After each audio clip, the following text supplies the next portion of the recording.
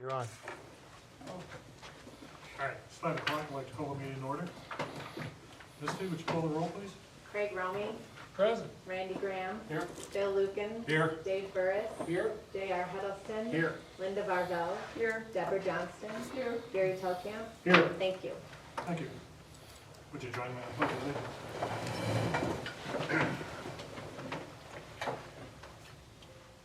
I pledge Allegiance to the flag of the United States of America and to the republic for which it stands, one nation, under God, indivisible, with liberty and justice for all.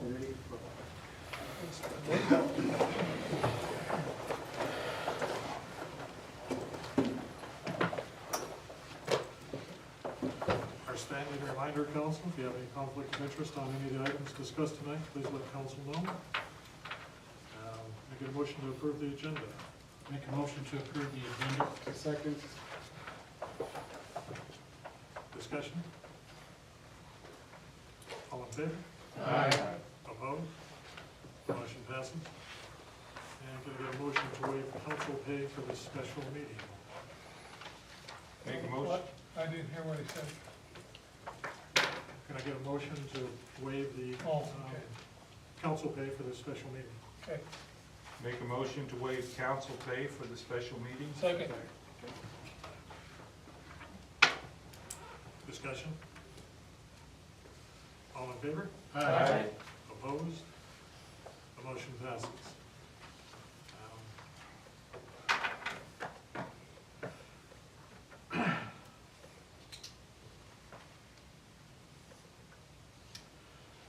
So, Misty, would you just kind of get us started off here? Outlining what we're going to be doing tonight and updating council on the different departments as you've done in the past. Sure, thank you. Typically, the first night, we go through all revenue projections. So if you want to open your budget revenue worksheet, that's a good way to follow along. I also printed for you the reports, budget revenue worksheets from our fund accounting software, Banyan. The two work nicely together because the Banyan worksheets can show you year-to-date figures as of the date I printed these, which was the 24th of this month. And then the budget worksheets in Excel give us an opportunity to see more history and add notes. So we can talk about the different things that are being expensed or collected from those line items.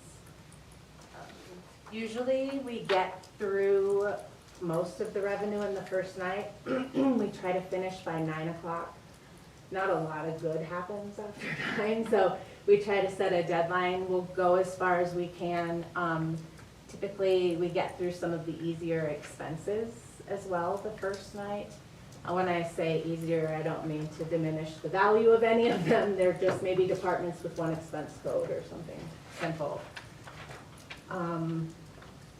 Revenue is where it starts, and it's the easier part. We'll go through it fund by fund, and we typically start with the general fund. With your printed worksheets, which the Excel doesn't print good, that's why we don't print those. It doesn't print well at all. But with that, you have a guide to our budgets by fund. There are 5 governmental funds, 6 governmental funds, and 5 enterprise funds that we'll be talking about. Each of them serves a different purpose, and there's a significant difference between governmental funds and enterprise funds because enterprise funds are more like businesses. So you expect them to generate revenue sufficient to support their operations and pay for their improvements. Is that a good start, Mayor? Yes, you're doing great. So did you want me to share anything about what we're trying to get to in expenses, or just start right in with revenue? Let's tackle the where we're trying to get to. What shortfall we're at. in comparing our revenue to our expenses for estimates for 2026, in our general fund, we're projecting a loss of $125,275. I've heard the mayor say it over and over again during these meetings, preparing for this meeting, because I can tell you that they've started a long time ago, and we've been talking about it a lot. It's the goal to get to zero, to have a structurally balanced budget, to have our revenue and our expenses match. So in the general fund, you have $125,275 you're trying to get to. So as we go through revenue, and Deb, you've been great at this in the past, look at the year to date, and if my projections don't make sense, please ask me, because I do the revenue without a lot of support from anyone else. And I look at historical and statistical data to estimate it. And for the record, we try to be modest in our revenue projections, because you have to hit your revenue goals if you've budgeted your expenses up to those. And then for our expenditures, we plan to hit those without needing any supplements, without emergencies, 99.9% of the time, so. Misty, if you would, just, I know Randy's new and just a refresher, name the governmental funds and the enterprise funds, if you would, please. Well, I would direct you to the guide, and they're listed out in order that we'll be reviewing them tonight. It's that one-page document. They're the 101 general fund, which is by far our biggest. There's 26 departments in the general fund alone. There's our 211 liquor, lodging, and dining fund. That's also known as the BBB, the third penny, or the municipal gross receipts tax fund. Has all kinds of names. The 212 fund is our additional sales tax fund. The 213 fund is our bid fund. BID stands for Business Improvement District. Our 501 fund is the Capital Improvement Fund. The 701 fund is our Cemetery Perpetual Care Fund. And those are our governmental funds. Our enterprise or proprietary funds are 602 water, 604 wastewater, 612 solid waste, 620 golf course, and 621 the Evans Fund. Thank you. You're welcome. Misty had mentioned structurally balanced budgets. Folks that have been through this before, anybody that's been to South Dakota Municipal League training understands structurally balanced budgets versus a balanced budget. The state of South Dakota requires us to have a balanced budget. We get there one of two ways. We make sure that our revenue and our expenses balance out, or we can take money out of savings to balance the budget. And that was the number that Misty was talking about. Right now, we're 125,000 short of our revenue meeting our expenses. So as we go through these next two evenings, we'll either land on a structurally balanced budget, or we'll agree to take some money out of savings. In talking with the department heads, have stressed to them the importance of getting to a structurally balanced budget. And they did a great job of presenting to you, in my opinion, a budget that doesn't have a lot of frills in it. In the past, we have taken money out of savings. And just like our home budgets, at some point, if you continue doing that, you don't have savings. So that's the challenge in front of us this year, is to get back to a structurally balanced budget. As we talk about revenue, there's just a couple points I'd like to make. Our largest sources of revenue are obviously property tax collections and municipal sales and use tax collections. For the municipal sales and use tax collections, we've seen moderate and steady growth in recent years, averaging about 3 to 4% annually since 2021. After flat revenues from 2010 on, the city experienced a jump during and after 2020, likely due to the pandemic and all the extra money that was coming in as new sources during that time.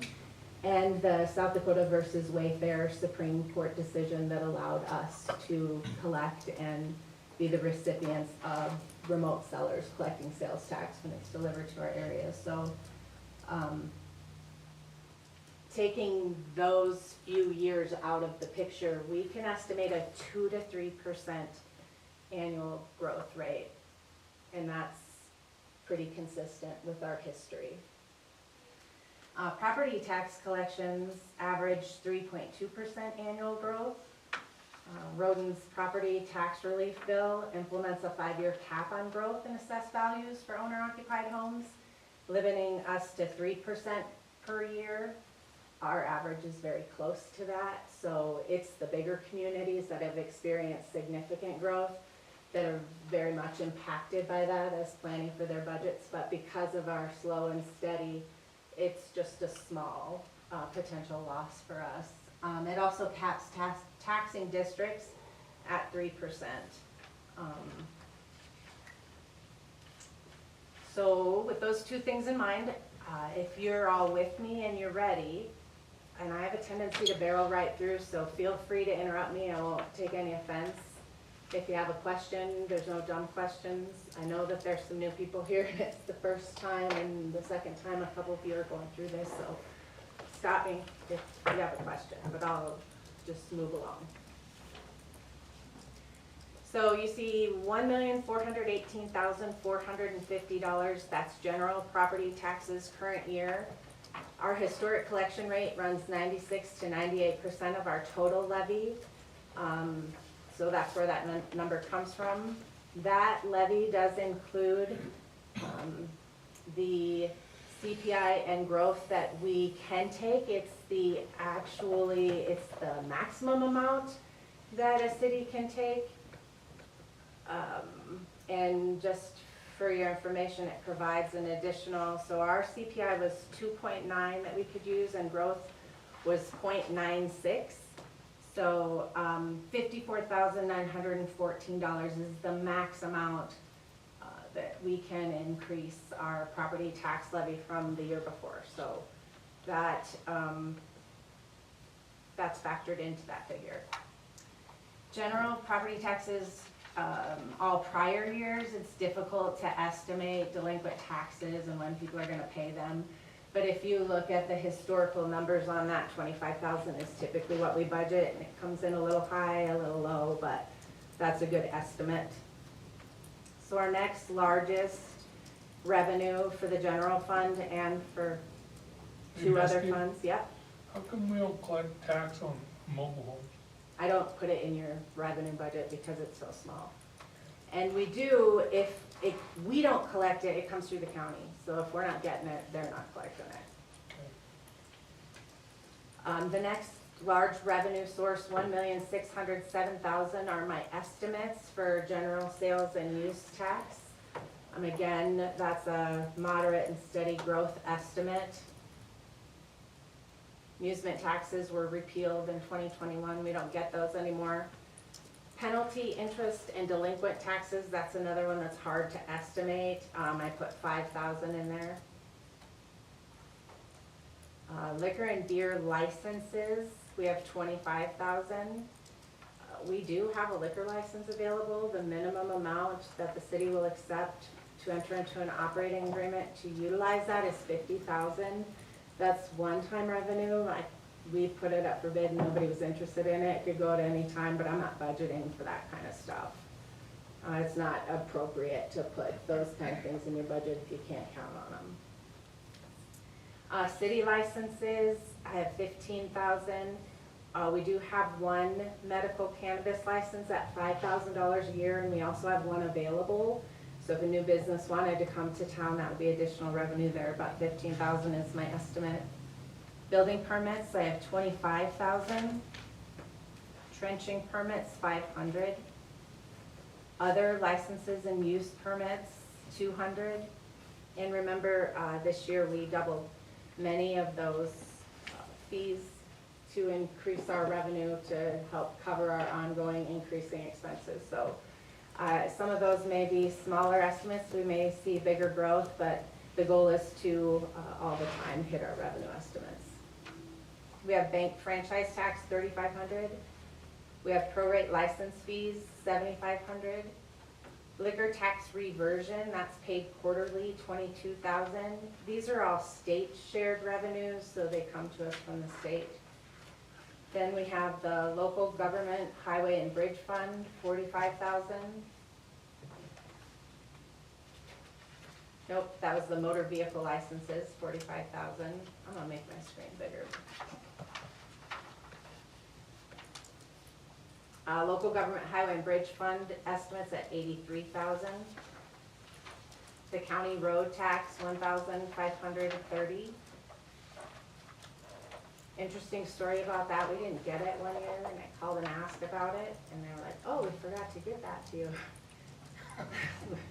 But how come I had to figure this out, like almost a whole year later? Then we get some pilot money. Pilot stands for payment in lieu of taxes. So the Brookside and the Evans, after their annual audits are complete on the housing authorities, a calculation is done based on some of the figures in those financial statements. And that calculation results in a payment to the city because they're here and they don't pay taxes. It varies greatly. Sometimes they're 2 and 3 years behind. So I book receivables in our financials once we know what it's supposed to be, but it takes a long time for that process to get done. So you'll see some inconsistency in the collection amounts with that, and that's the reason why, and it's out of our control. So $4,500 is my estimate for that. We get a library allotment from the county who collects the library tax. We get $25,000. On that one, Misty, have you heard anything from the county, whether they're? I have not. I would not either. I think Mary, the library director, is the one who communicates with the auditor at the county about that. I think it's fair to expect we get at least what we got last year.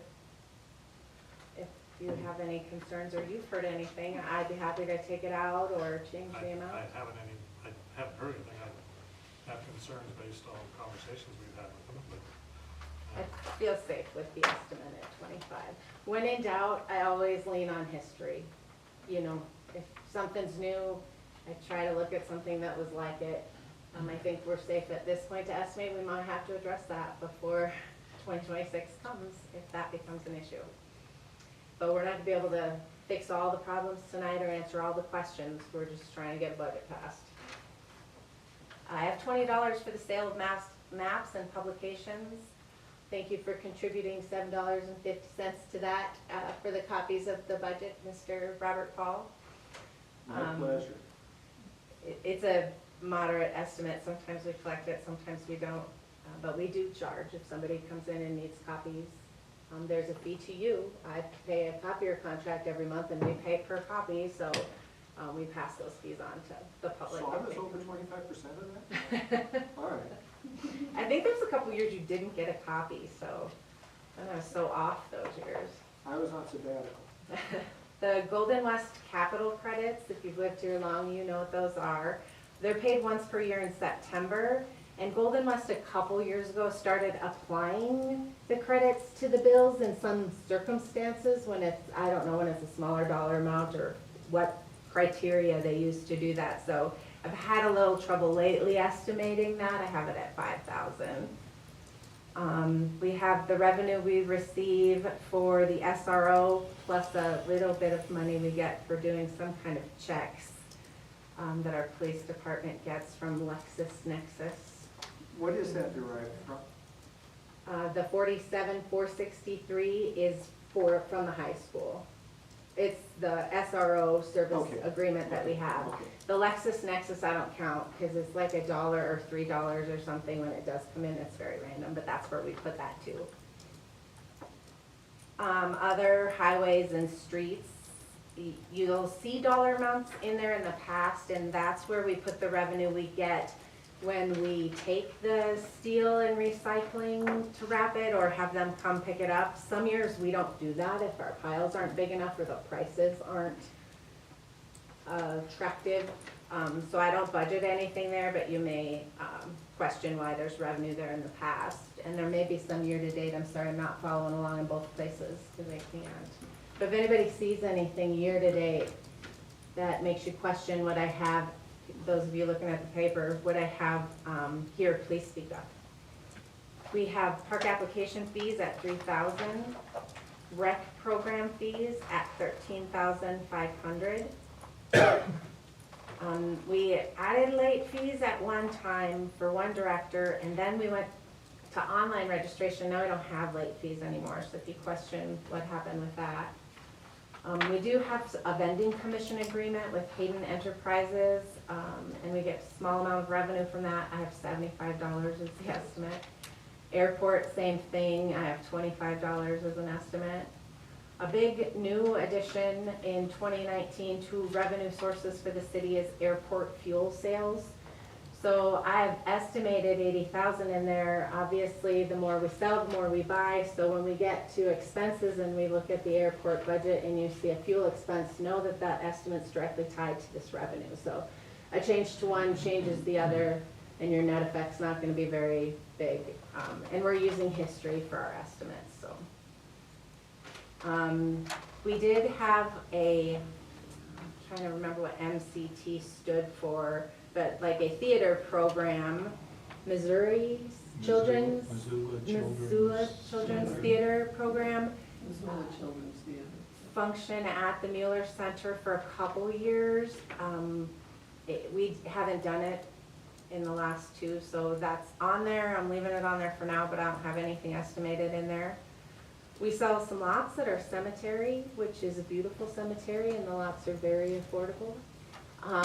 And that cemetery revenue is restricted by statute and ordinance. And half of the revenue for the sale of lots goes into our general fund, which funds obviously the cemetery operations. We'll get to that in our expenses.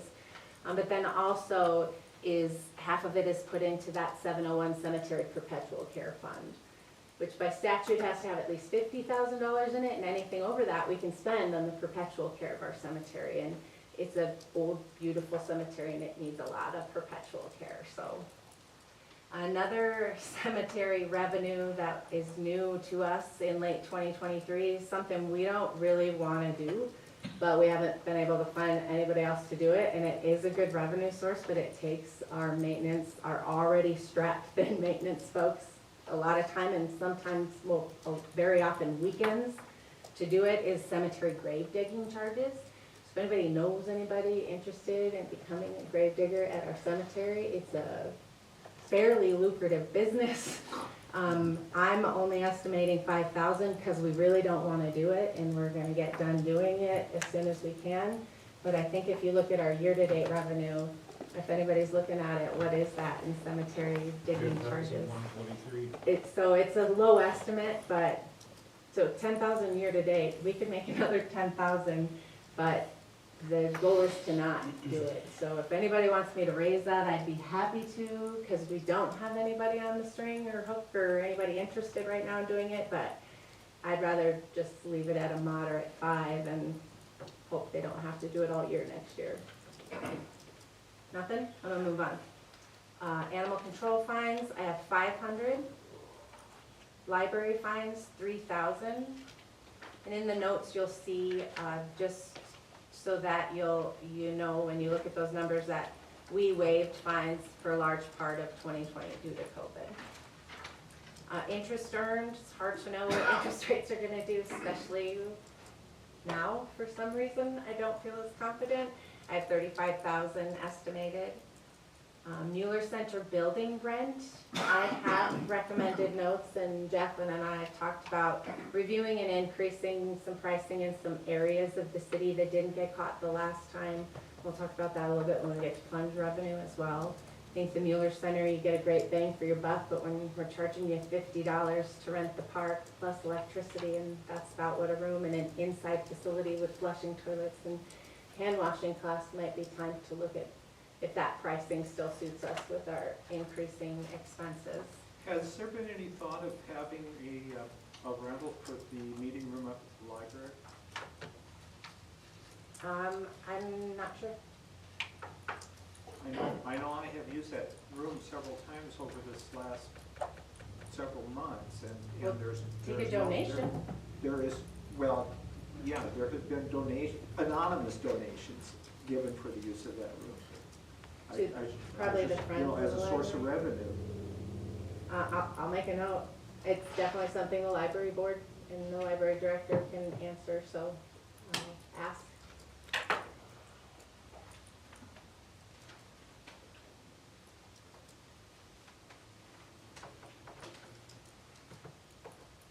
All right, airport hangar rentals. So we removed and created a separate revenue code for T hangars in 2024. So you may see some differences in this number and then in the history for the T hangar rentals. So we have 40,000 in hangar rentals, 15,000 for lease and hay revenue.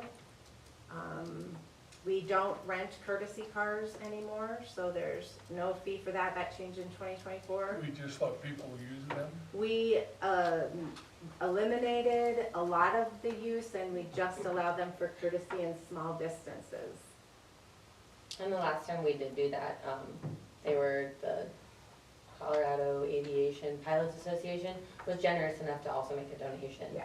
for the use of those courtesy cars. I went after last week and talked to the gentleman, and 2 people took cars out. The hay revenue, is that kind of related, how much it rains then? No, more the market. It is production, but our production's very low because we don't water. If we need it off, somebody's interested in it. We have an agreement, continues year after year. If you're interested in reviewing it, I'd be happy to provide it to you. He just finished this year, July 17th, I think. And then we work with SDSU Extension, Sean Kelly, who helps us value the hay based on our area and the quality. And then he keeps the hay and gives us, I don't remember if it's 35 or 40% of it. So he does all the work.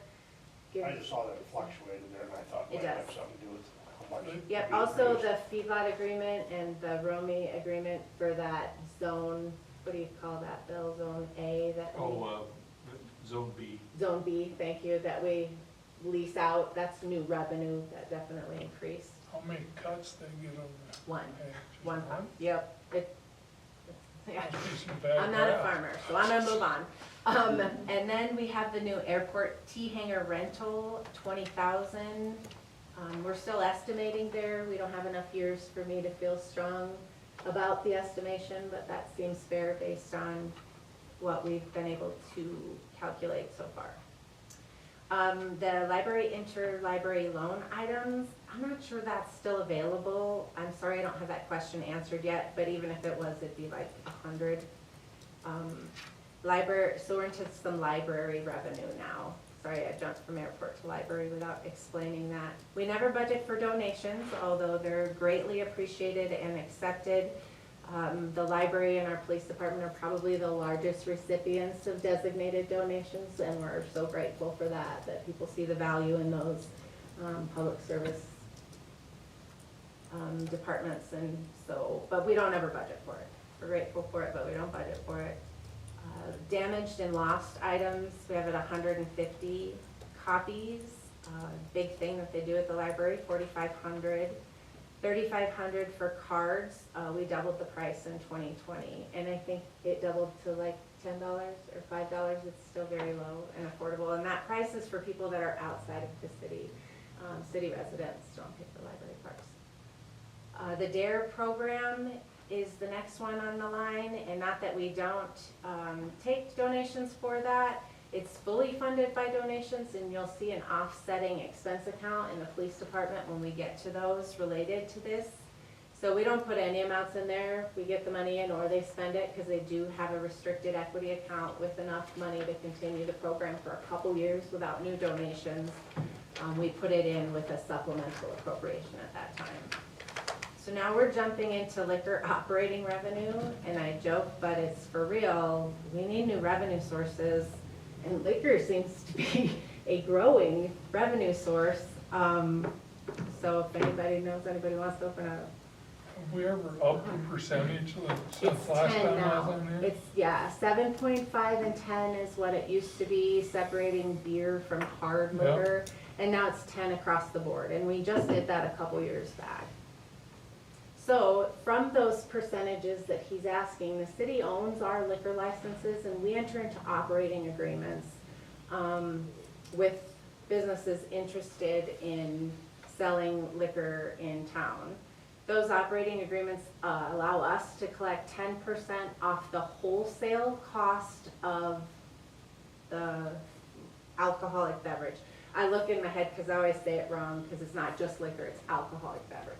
So these are the established businesses, and some of you see a lot of was Woolies and currently unused.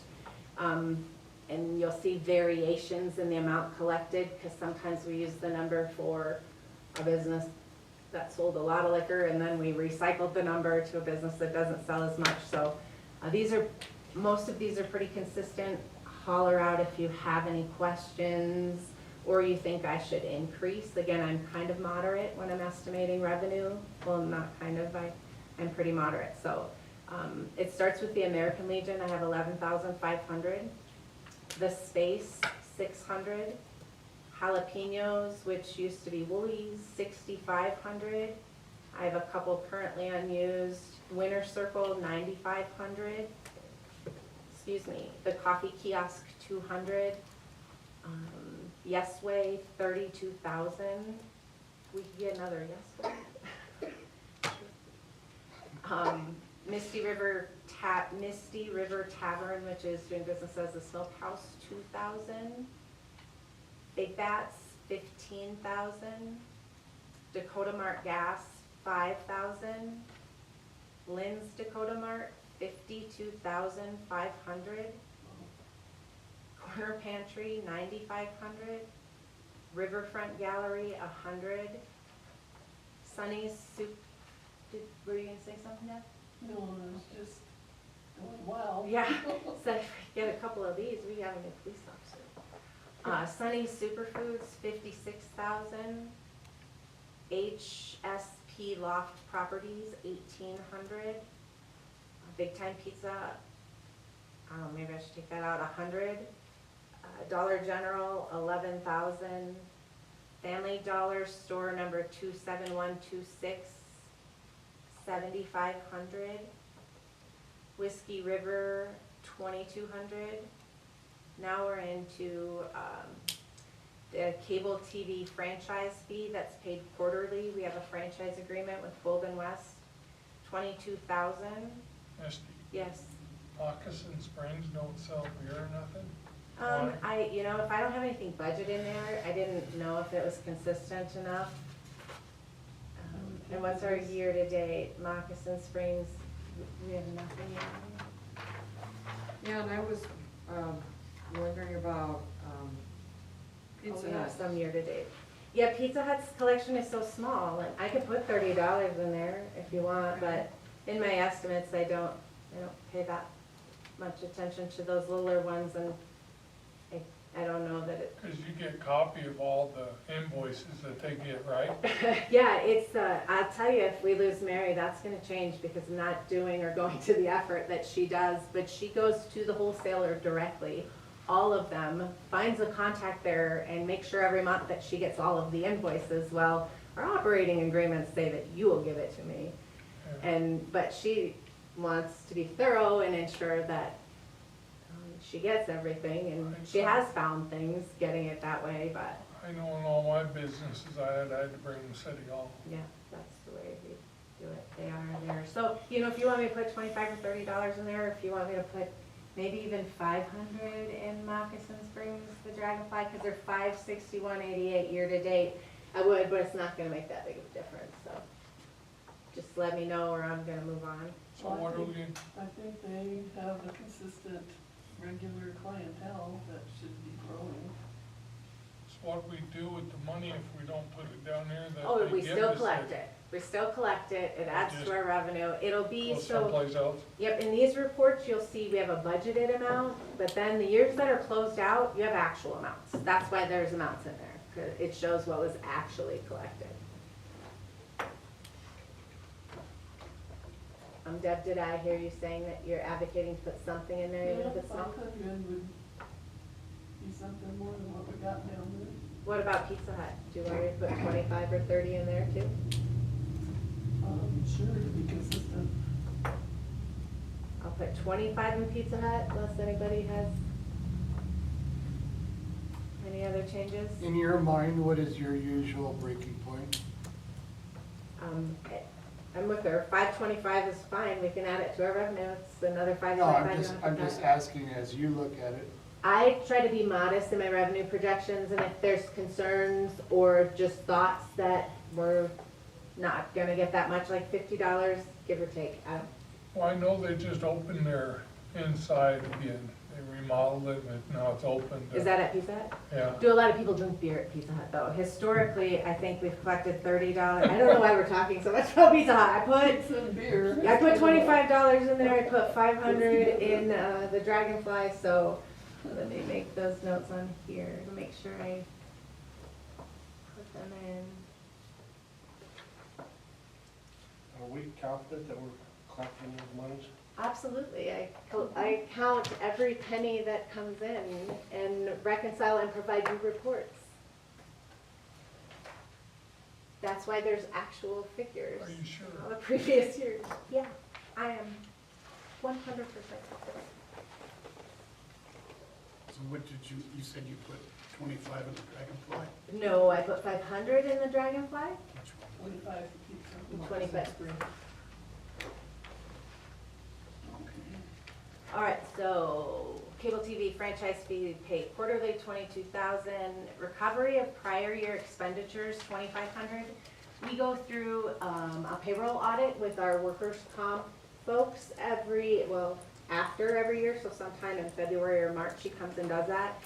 And we are very generous in our benefits, like leave and holiday pay, and we have call-out pay. So every time we pay somebody in excess of the hour that they work, we get a credit from workers' comp, because really we're just paying workers' comp for the hours that they're working and they're using our payroll estimates to determine those things. And so that typically results in a small credit. And since the general fund has the most employees, this is the biggest one you'll see, but you'll see this credit recurring in other funds where we have employees. And we are getting better and better at our estimates every year, except sometimes we mess up. So when we had great big amounts, that's because we didn't estimate as well. So 2,500 is what I've estimated in there. We have recurring, since I've been here, have operating transfers in from water and wastewater, and then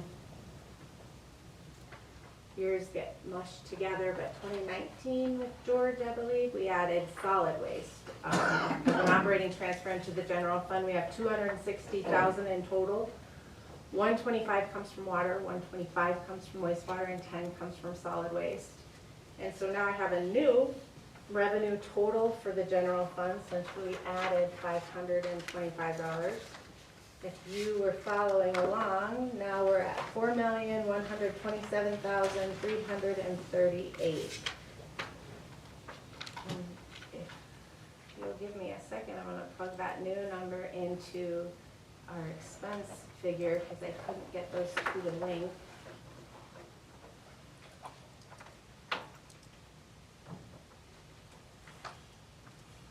So our figure went down to $124,750 for our projected loss, thanks to those big additions.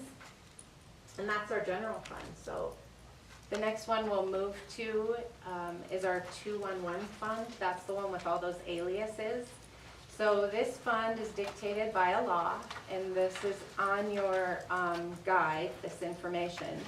But both that law and city ordinance dictate the use of the fund.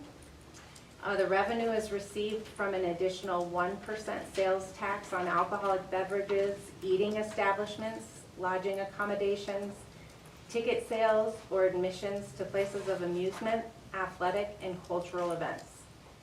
This fund currently pays 80% directly to the Hot Springs Chamber of Commerce. The additional 20% is used to help cover the costs associated with utilities and building repairs at the Mueller Civic Center and the depot. I call this one an easier one.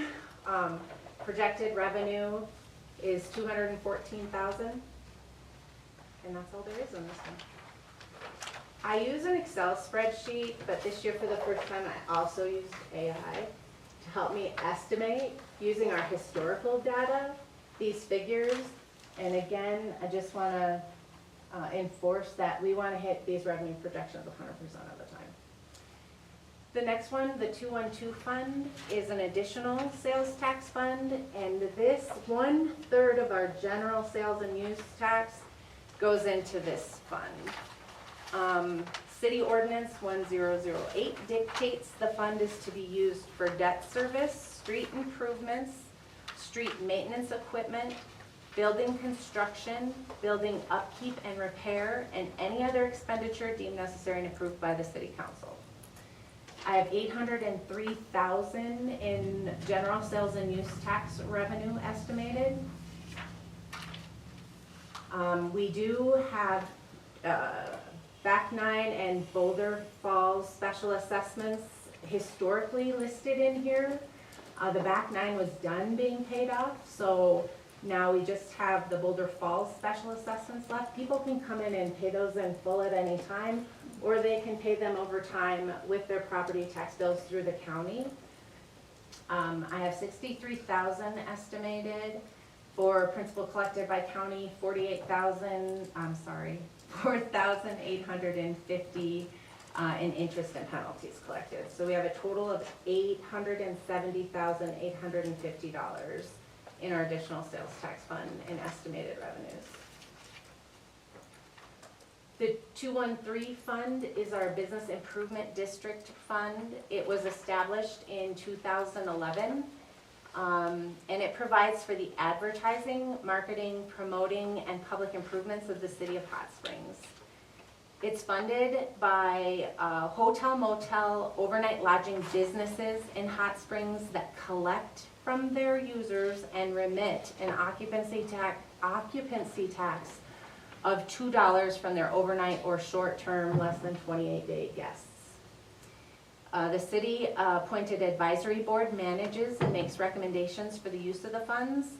They participate with the South Dakota Department of Tourism and utilize matching grant funding to develop cooperative marketing strategies using data, analytics, and consumer insights with the goal to drive increased tourism to the area.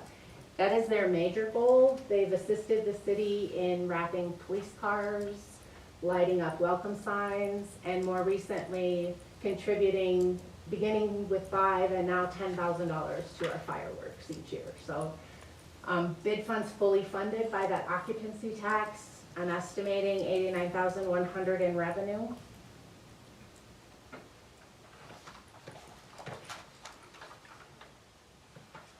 The 501 Capital Improvement Fund was established in 2013 by Ordinance 1138. It accounts for financial resources used for special projects throughout the community. Currently, funds designated for community improvements include Light Up Our Town and the Macaulay's Vision Fund. Light Up Our Town was kind of quiet for a few years during the road construction and came back with a boom. So you saw in your first supplemental appropriation ordinance, they got a lot of donations, and then you paid for, using their money, a lot of lights that are gonna look so nice this year when they get them up around Christmas time on our new streets.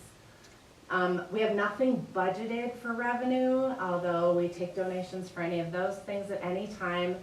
And annually now, since 2023, we have a separate committee, JR is a part of it, that receives requests from organizations for the use of Macaulay Vision funds for projects that the city couldn't normally fund because of our budget constraints. And so we do grant awards each year through that, and we supplementally appropriate the budget when we know those amounts.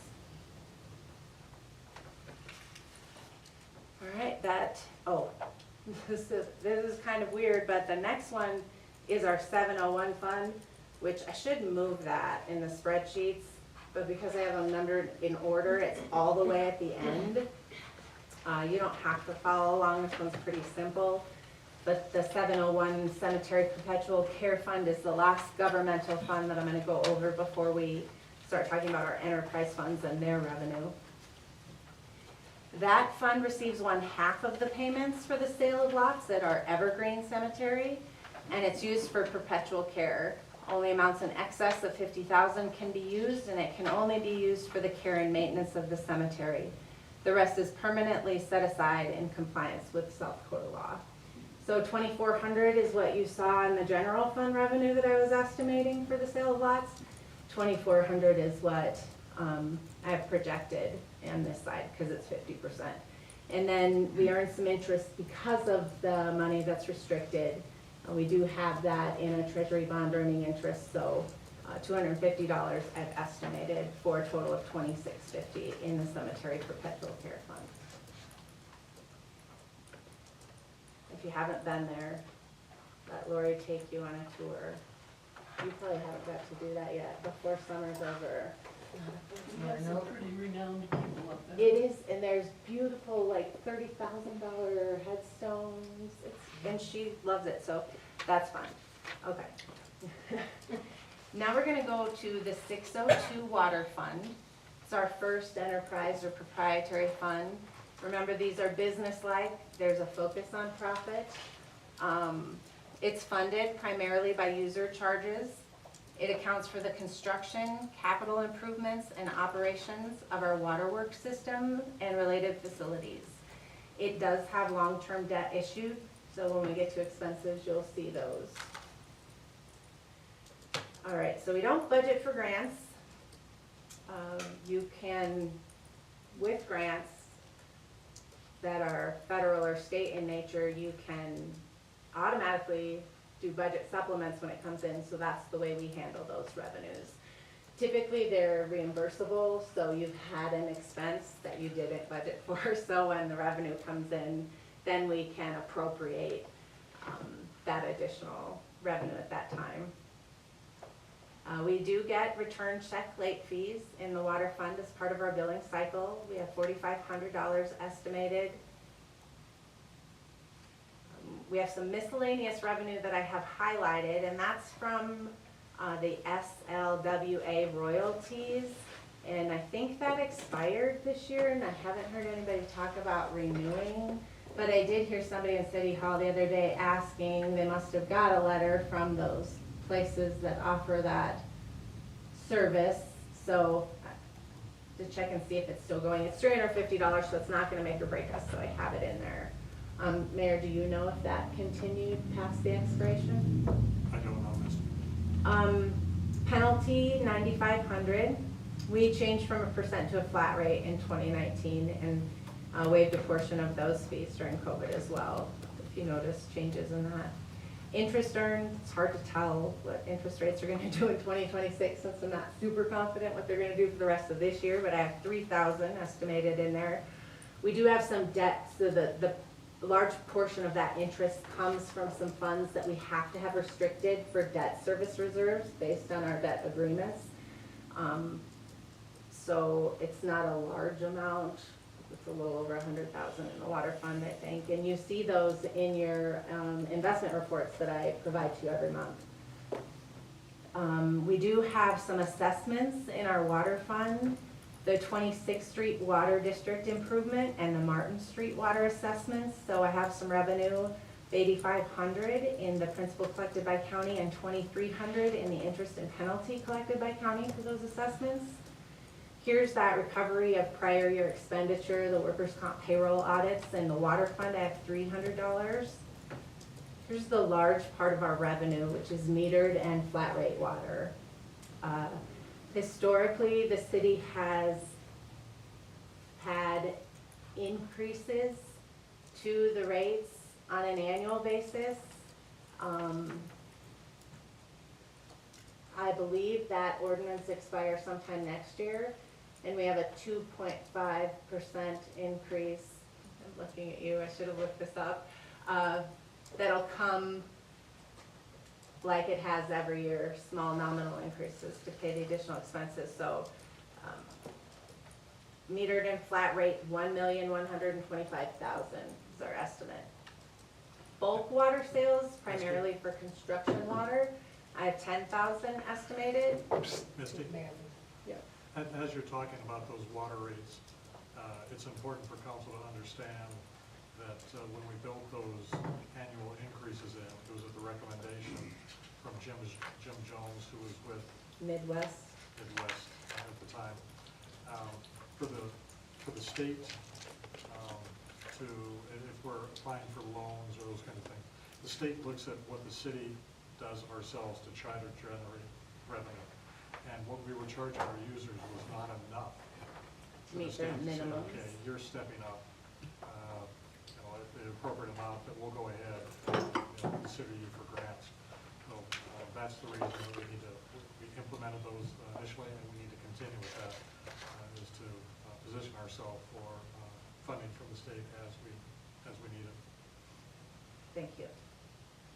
Water fill station, we separated that out from bulk water in 2018 at 35,000. Tap fees, we're getting better, so I hope to estimate a greater amount in 2027. We changed our ordinance to be more clear on what those are. I have 2,000. Reconnect call out, 2,000. Fire sprinkler systems, 1,750. I have the next one highlighted, and I want to talk about it a little bit, and I'll remind you about it when we get to the expenditures for the water department. Fall River water users, the city provides them as much or as little water at a agreed upon rate based on their needs. There's no minimum. They've not gotten water from us before. More recently, they've gotten a lot of water from us. There's revenue there, but I'm not comfortable budgeting for that revenue in the water fund because there's no minimums and it's not consistent. We can put an amount in there. You can tell me to do it differently, but if you look back in the history, it's very sporadic. And they have built wells and they have expansion projects, and their goal is to provide their own water for their users and not have to buy it from us. So I leave it blank. Didn't they just put the pipeline up to Fairburn? Yeah, drove a new well, got a new line, distribution line, just made it live not very long ago. So since there are no minimums and there are no guarantees and their goal is to produce their own water, I'm happy leaving it at zero and hoping that the water department gets some additional revenue that they didn't account for, because they are one of the funds suffering from the expenses related to the infrastructure improvements. So their cash balance could really use a boost. How often are they paying us, like? Monthly. Okay, so how much have we gotten for 2025 at this point? Yeah, it should be on your worksheet if you wanted to take a look, Does and it the year-to-date say? amount is 65,500. I'm not seeing it. You're on page 9, and you're going from the bottom, you're 1, 2, 3, 4, 5 up, FR water users. And the year-to-date amount is the third one over, from the right. Oh, there it is. I was looking at my spreadsheet. I Oh. didn't see it then. Oh, it's highlighted on your spreadsheet. I've got nothing in that box except yellow. Yeah, yellow is the highlight. Okay. Yep, I have nothing in there. The Excel is not capable of giving you year-to-date amounts. That's why I use the both of them. I wasn't looking at the paper. It would change every day. Okay, so I'm gonna go on. So we should be getting, for this year, we'll still be getting like 130,000. There's no guarantee what amount you'll get this year. You've gotten 65,500 year-to-date. Right. And what we're talking about is 2026's budget. So I don't budget for anything, but if you wanted me to, I would put it in. We might not need nothing We might not get anything. with their new water system they got up. That's why I don't put it in there. Hope not. Lease proceeds is new in 2023, but really not new. That's another interesting story. I'd been here almost 10 years by the time I found out the council 15 years ago made an agreement to get a bunch of money real quick and then just distribute it all to a bunch of nice groups and places. And at the end of that term, they had to start paying us a monthly amount for a cell tower lease by our water tower up on Happy Hollow. So we get now $750 a month from them. And so that was new revenue in 2023, and I have $9,000 there. So we have a total in the water fund of $1,213,200.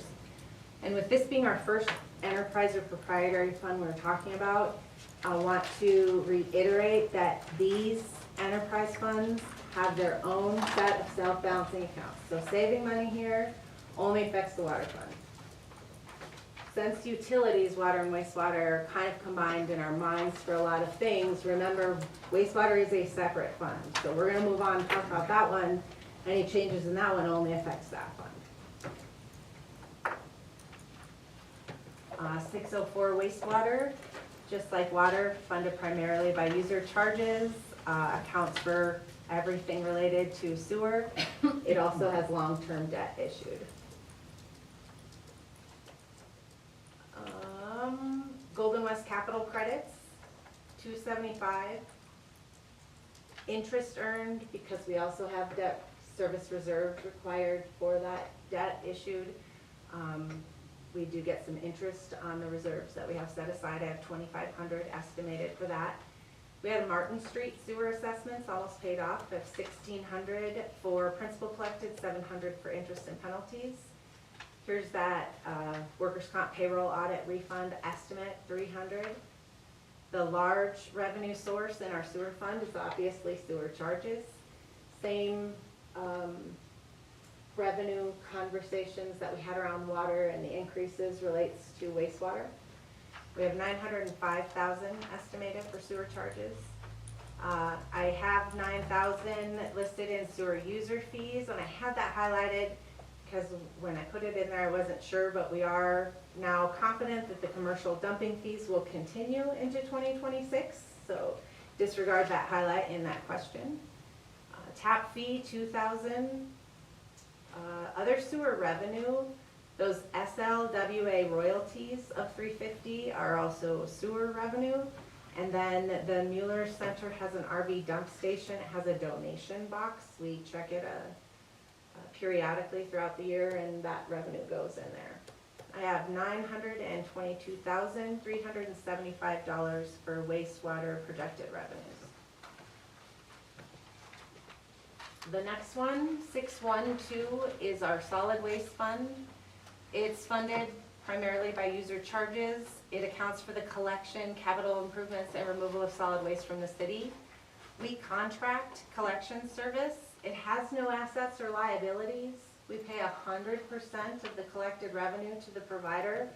I tried to eliminate this from an enterprise fund because it doesn't really fit the definition with no assets or liabilities and 100% contract just back into the general fund, but our auditors wouldn't let me, so we still have the 612 solid waste fund. What was the reason for them not to allow you? Because it essentially does operate like a business. We do collect revenue to pay for the service. It's just a lot of work in enterprise funds when you don't have assets or liabilities. That doesn't seem like you should have to do, but it's fine to keep it that way. I typically agree with them when they tell me what to do, so.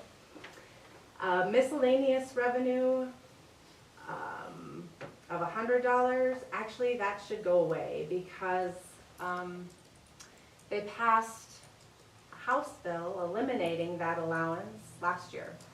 So it started in July of this year.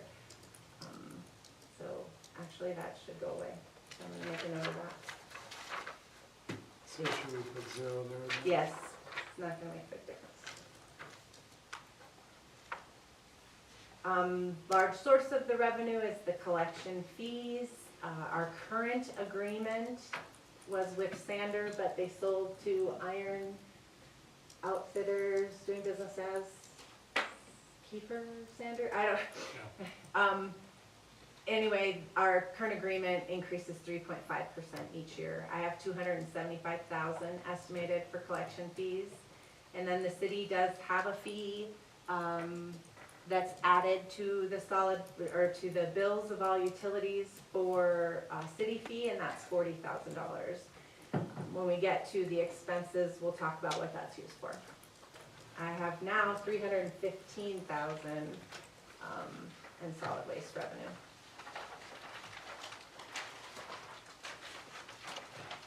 I wasn't here when we had all the assets and liabilities, but looking back at some of the financials, there's some good money in garbage. Can I ask a question, going back to wastewater fund? When was the last time the rates were? Every year. We did a rate, since I've been here, we've done 2 rate studies. We're nearing the end of our second rate study that helped us write the next several years of amounts in, and So it was projected. Yep. All right, 620 is our golf course fund, established in 2014 and funded primarily by user charges and supported when needed with a subsidy from the 212 fund. It accounts for the operation and capital improvements of the Southern Hills Golf Course. It includes both the pro shop and the golf course maintenance activities. They have one revenue page, but when we get to expenses, you'll see that we have the expenses separated, pro shop and maintenance. But they have the same revenue source, and here's what it is. They get some Golden West capital credits of $700 estimated. I would say the golf course, similar to water and wastewater, they do annual increases to their rates. So their green fees projected are $225,000. Season passes, $115,000. Punch cards, $7,000. Cart trail fees, $4,000. Cart storage, $28,000. Tournaments, $17,000. We have nothing in advertising or donations or reimbursements, although we do collect some in those. There was a unsuccessful private golf lesson agreement in 2022 entered into. We don't do that anymore. Room rent for events, $200. Alcoholic beverages, here we are again, there's so much money in alcoholic beverages, $70,000. Non-alcoholic beverages, which PJ requested I separate out non-alcoholic with alcoholic beverages, $15,000. We did that separation in 2023, so if looking back you see some abnormalities in the history, that's related to that. Food we have at $25,000. This is food for resale, so when we get to the expenses, if you want to cut any of those, it's going to affect their revenue. So they're kind of tied together. And then same for the clothing. This is clothing that they sold. So when you get to the clothing expense in the pro shop, it's not like the clothing expense for PD. It's clothing for resale, and that's where they make their money. So we have $15,000 estimated for clothing. We did in 2022 under PJ, we also added golf course special order clothing for resale and special order equipment for resale. We don't budget for that, but we allow for that at the facility. So if it hasn't been much, a couple $100 here and there. Equipment, this is stuff that we'd sell, $30,000 is our estimate. Rentals and range balls, $12,500. Cart rentals, a big revenue source, we have it at $135,000. We don't get handicap anymore because the new software includes it in membership. The monthly sales tax reporting allowance, the state removed that. There you'll see the recovery of prior year expenditures for those workers' comp refunds. We have $250. And when we get to expenses, we'll highlight this again, but for the first year since I've been here, we don't have to budget for an operating transfer in for the golf course. Their revenue will be sufficient to cover their expenditures if they hit both targets. And that's a pretty big deal. So $699,650 for total revenue for the golf course estimated. Misty, can I ask why why revenues are down so much from 2024 for golf course? Are you looking at the year-to-date figures? I'm looking at the, actually, I'm looking at the end figures for 2024, the amount was 992,000 and Yeah, that is operating transfer in, it looks like cart rental was high. Yeah, we're still budgeting 2025. So 2025's revenue is not complete. And if you're comparing 2025 to 2024, we didn't know what 2024 was when we planned for 25. okay. So it was a great day, or a great year, But- and we're hoping that 2025 will wind up similar or higher. Is- Should not be is- going down. Is 2023, 2024 actual amounts? Yes, those are actual amounts. Okay. Part of it is, I think it was 2024, we had an early spring and a very late Late. fall. It's So we have so longer season and there was better one more golfers? Yeah. Okay. When we try to estimate, even personnel at the golf course, it's very difficult because of the seasonal nature. So thank you for that added explanation. I thought you were comparing 2025 year-to-date or budgeted amount to 2024's amount. As I was looking through a lot of this, 2024 seemed like it was a good year. Well, and we had some revenue that we received for lost comp damage to some of our hailstorm stuff. Operating transfer in was significant in that year. All right, Okay, thank you, Bill. Evans Plunge is the next one. Evans Plunge was established in 2013 when the city purchased the facility. For those of you that weren't here, that was after a public vote on the matter. It was funded, or is funded primarily by user charges and supported when needed with a subsidy from the 212 fund. It accounts for the operation and capital improvements of Evans Plunge Mineral Spring, and it does have long-term debt issued. How much longer is that? Our debt? When we redid it, we did it for 10 years, so, I'm sorry, I wanna tell you the right amount, and I don't know it right off the top of my head, but I'll look it up and tell you for sure. 8 more years, I think it was a couple of years ago that we did that. What's that? I'm thinking 8 more years after this year. Yeah, we did a good job when we did our refinance. We shortened our term and lowered our rates. And I could pull it up, but it'd take me a while to That's get okay. logged into the ability to do that, to tell you the right amount, but I'll get it to you by the next meeting. Golden West Capital credits in this fund, $850. Adult admissions, $275,000. Adult discount, $35,000. Child admission, $115,000. Child discount, $28,000. Punch cards, $50,000. Adult memberships, $120,000. Birthday parties, $7,000. Lockers, $10,000. Towels, $10,000. Concessions, $45,000. Showers, $350. Black Hills Gold and Jewelry, $250. T-shirts, $4,000. Swimwear, $12,000. Souvenirs, $2,000. Miscellaneous gift shop, $9,000. Nothing in miscellaneous, that's where we used to put the monthly sales tax reporting allowance. Interest earned, that's also from our debt service reserve that's required for the debt we have issued for the plunge, $2,500.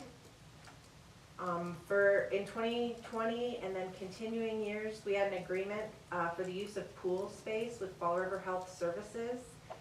As they did some therapy in our pool. We haven't had that, so I'm not budgeting for that, but we welcome that again if the opportunity arose. Recovery of prior year expenditures is that workers' comp payroll audit stuff. I have $400 for there. I don't have a dollar amount in here yet.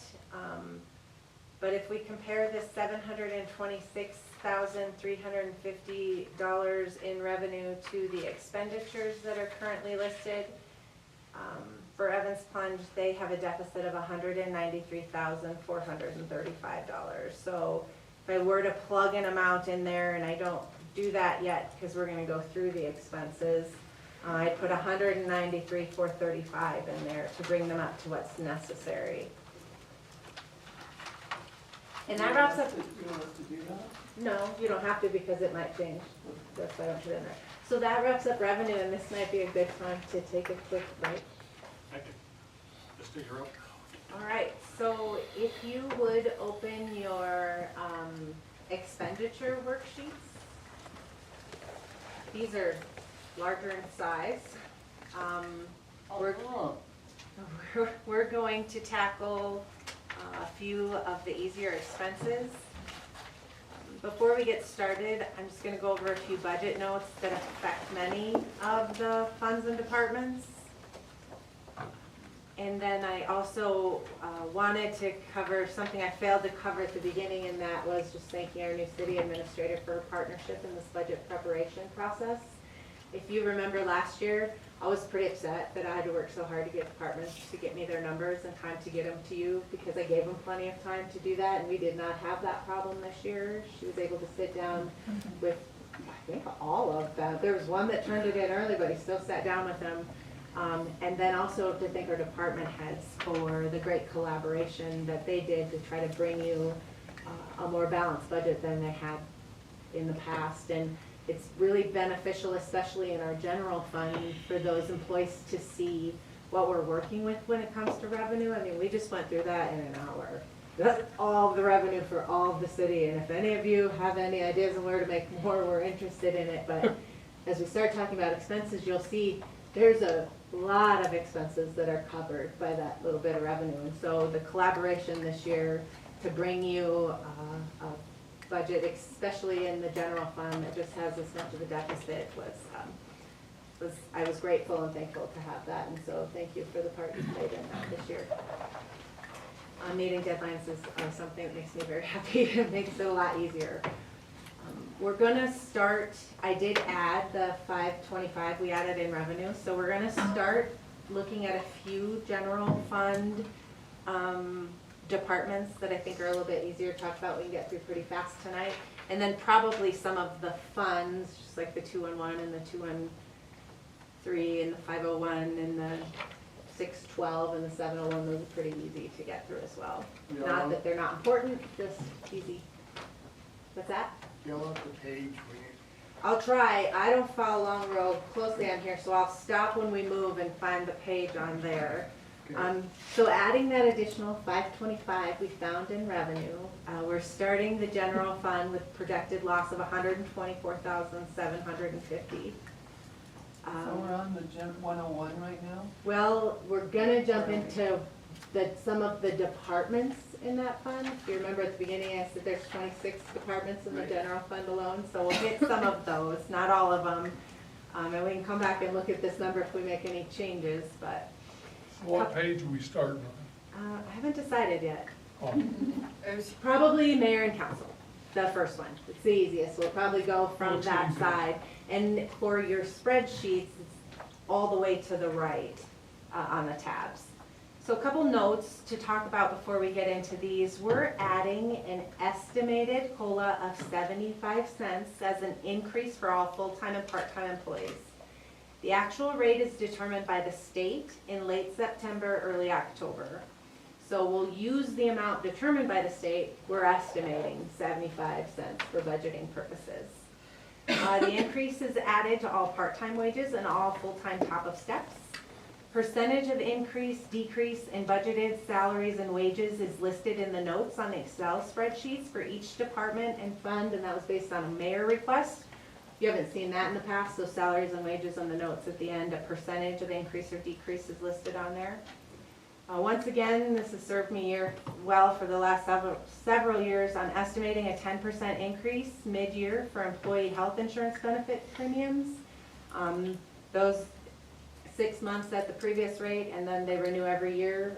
We've had some pretty big increases before, and we've had some decreases. So I think last year our increase was 2.1% or 1.2%, so I estimate a 10% increase for half of the year in budgeting. I'm also estimating a 10% increase for all insurance premiums paid to the South Dakota Public Assurance Alliance. That affects many of our departments and funds. Clothing and PPE changes for 2026 budget. Utilities and maintenance clothing is at $100 a year for full-time employees and $50 for part-time. PPE, which includes boots, budgeted separately and not allocated per employee, but lumped together into totals by department. So we'll be talking about those when we get to each department. We already talked about the HB 1037 that was effective July 1st that eliminated the allowance provided to on-time taxpayers of sales tax remittance. It was $840 annually for the general fund, Evans Plunge, and the Southern Hills Golf Course that was eliminated.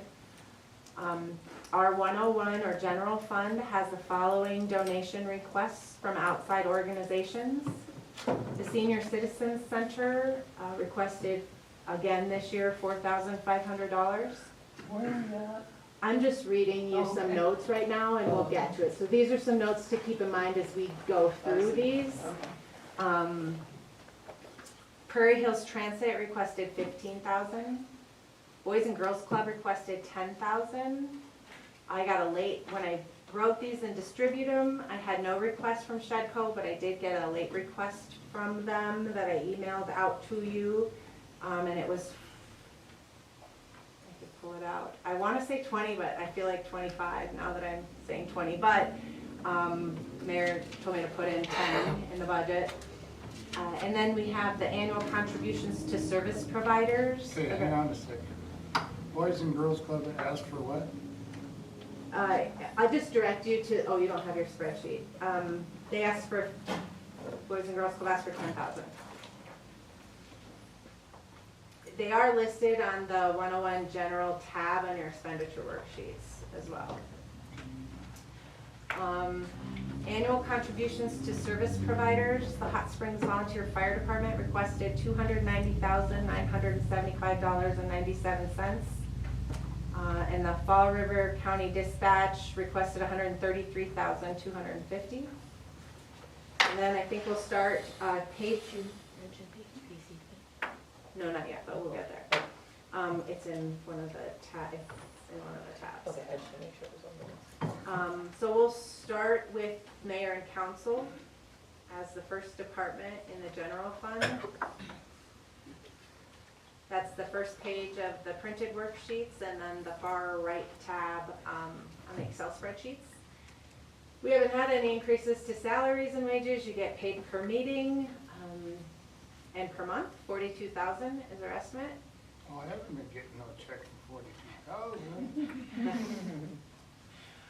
OASI/FICA stands for, I think it's Old Age Survivor. I don't know, Old Age something. I should have looked that up. And these are payroll taxes. We'll just say that.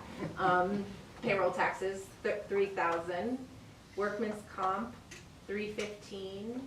Insurance. What's that insurance for? It's the South Dakota Public Assurance Alliance, and we have coverage on you as elected officials, and this is the cost of that insurance. Is that like a liability? Yep.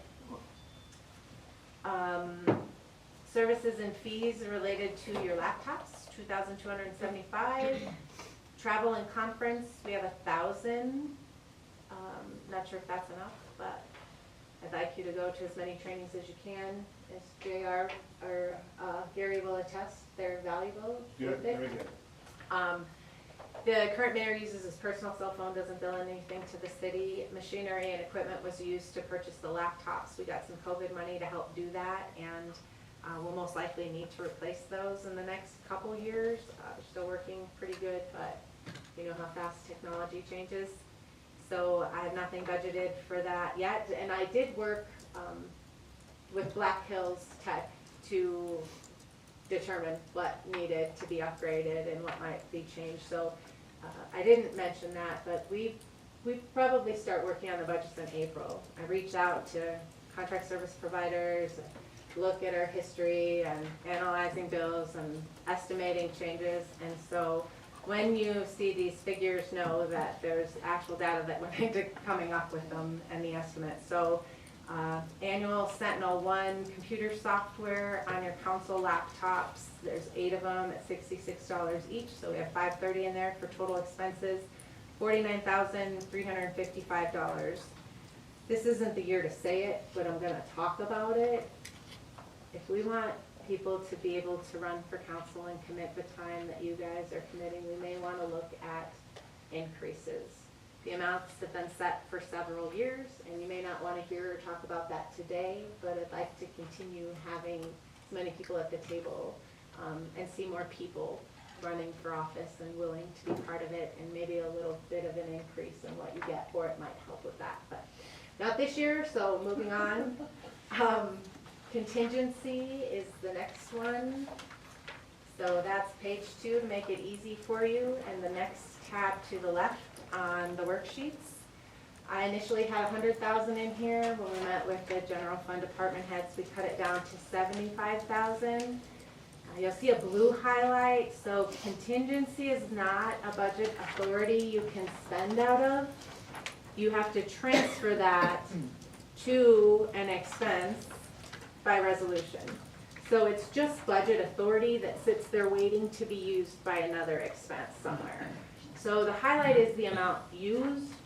I wish I could list both the budgeted amount and the amount used, but we have 75,000 projected for 2026. Why did you go up so high? It's not up that high. It should Last be, year was 46,600. that's what was used. So you That's all had it was. budgeted more than that, but you did not use all of it. I And think we budgeted 75. yeah, and it's good to not have to use it, but it's also good to have it available because there are things that come up. When we get to some of these budgets, our department has worked really hard to try to figure out what's gonna happen in 2026. And you know as well as I know, none of us really know. So contingency is budget authority you've already allocated that can be used in general fund departments only to pay for unexpected expenses and not blow their budgets. I think we scared Misty because the first 2 meetings or the first 2 months, we used up half of it or something. And then we've been behaving ourselves. Yeah, that's true. When I started, we budgeted a lot more in contingency. And then at the end of the year, we just apply it to all the departments that were over budget as much as we could to get them covered. And since then, we've been more moderate in our use of it, so we've been able to lower the amount that we budgeted. And what's unspent goes into your savings or your reserves. It doesn't disappear. We're not the federal government. Dollars in, equal dollars out here, I reconcile every month. So what is not used is set aside for future expenses. Legal's probably the next one. Right in line, page 3, haven't heard word that there's gonna be any changes. We are lucky enough to have a flat fee, and so that makes budgeting real easy. We have $60,000, and then for supplies and materials, copies, sometimes they have to go do research at the county, and the county charges us for copies, just like we charge people for copies. So postage, filing fees, that might be a little high, but $60,500 is what we have estimated for legal in 2026. Mayor, do you want to talk about finance or skip over that one for now? That's the next one in line. Let's talk about it. All right, makes it easy if we can go in order. So this is page 4. Finance department budget's the first one where you're gonna see salaries and wages, and you're gonna see that request to see a percentage increase. This is probably one of the largest percentage increases, primarily affected by the addition of a full-time admin this year. You supplementally appropriated to add that position. And then I have a recommendation to retitle and reclassify our assistant and utilize funds previously spent for an outside source for our media to be reallocated in-house to an employee that's been doing that work for us for all of this year and most of last year. So that would increase the wage in this department, but is offset by a savings for not doing it outside of the city any longer. We talked about this in admin finance, and you heard about it in an update. It was $12,000 previously allocated to the chamber media coordinator. They retitled and changed that position. She's now like an assistant director, and hasn't been doing any of the media stuff or the online stuff for the city for a couple years. We paid $12,000. If you do the math, that's about $5.74 an hour for a full-time employee. So we're recommending reallocating that money into this department to pay what I would call a deputy finance officer, same person, same essential duties, never really been an assistant, always had her own set of responsibilities, but paying her to do the work that she's already doing for the city. And then we have one front desk admin assistant, and the other highlighted item, the mayor requested to add an extra step in the estimates for the city administrator. That adds $2,050 to the budget. Overall, that's a 17% increase. And it's at $289,650. So anytime you change wages, it obviously affects the payroll taxes that are a percentage of wages, retirement, which is paid as a percentage of wages, and some of the other associated payroll expenses can be workers' comp and unemployment, and then if you're adding employees, obviously like group insurance. $22,160 for the payroll taxes. The extra step increase adds $160 to that. It's already included in that figure. Retirement, $17,383. That extra step only adds $123. Workers' comp is $1,500. Group insurance is $58,000. Unemployment is $775. Misty, Yep.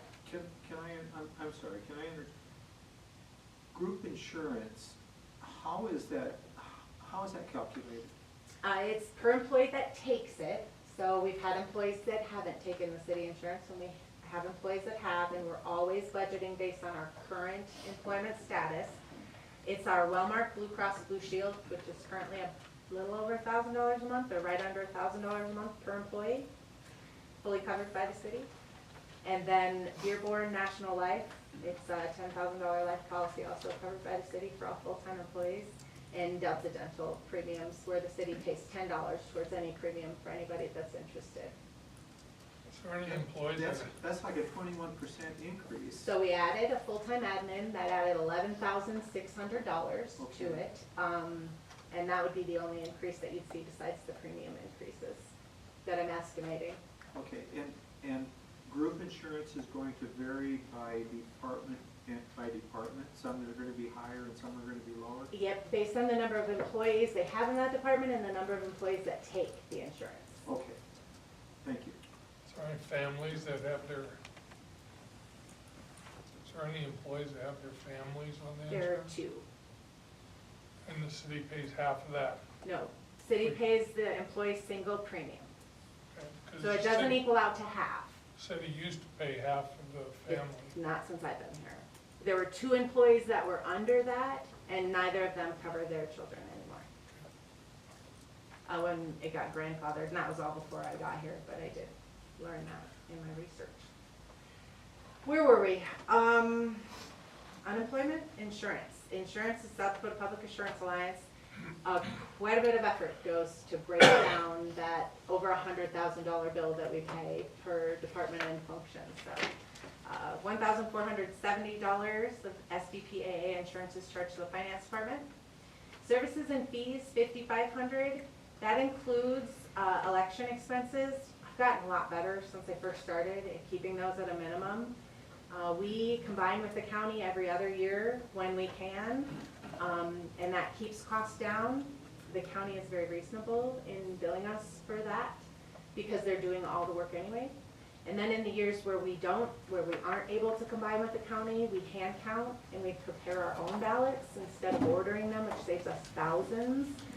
Using the tabulator used to not be so taboo and it was a lot easier, but we were already on the hand count bus because it saved us money, so we dodged that public bullet. The county didn't try to use tabulators. If we had a lot of voters, I would prefer tabulators, but we hand count every other year and that saves significantly in the expense, and then we also combine with the school on the off year. So $1,000 I've estimated for election expenses. The American Legal Supplement, so American Legal codifies our ordinances and keeps those ordinances up to date on our website. So they provide essentially like a legal service. I send them once a year. Well, this year I'm a little late in doing it because you're changing so many ordinances. But I send them everything that you passed in the last year and they update those and they charge us for that. And it can be expensive, especially like when we had to make the changes related to cannabis. That wasn't something we had before, and it added several pages to both our licensing and our zoning ordinances. And because those changes have to be inserted into the codified ordinances, it changes all the others. And so that year was pretty expensive.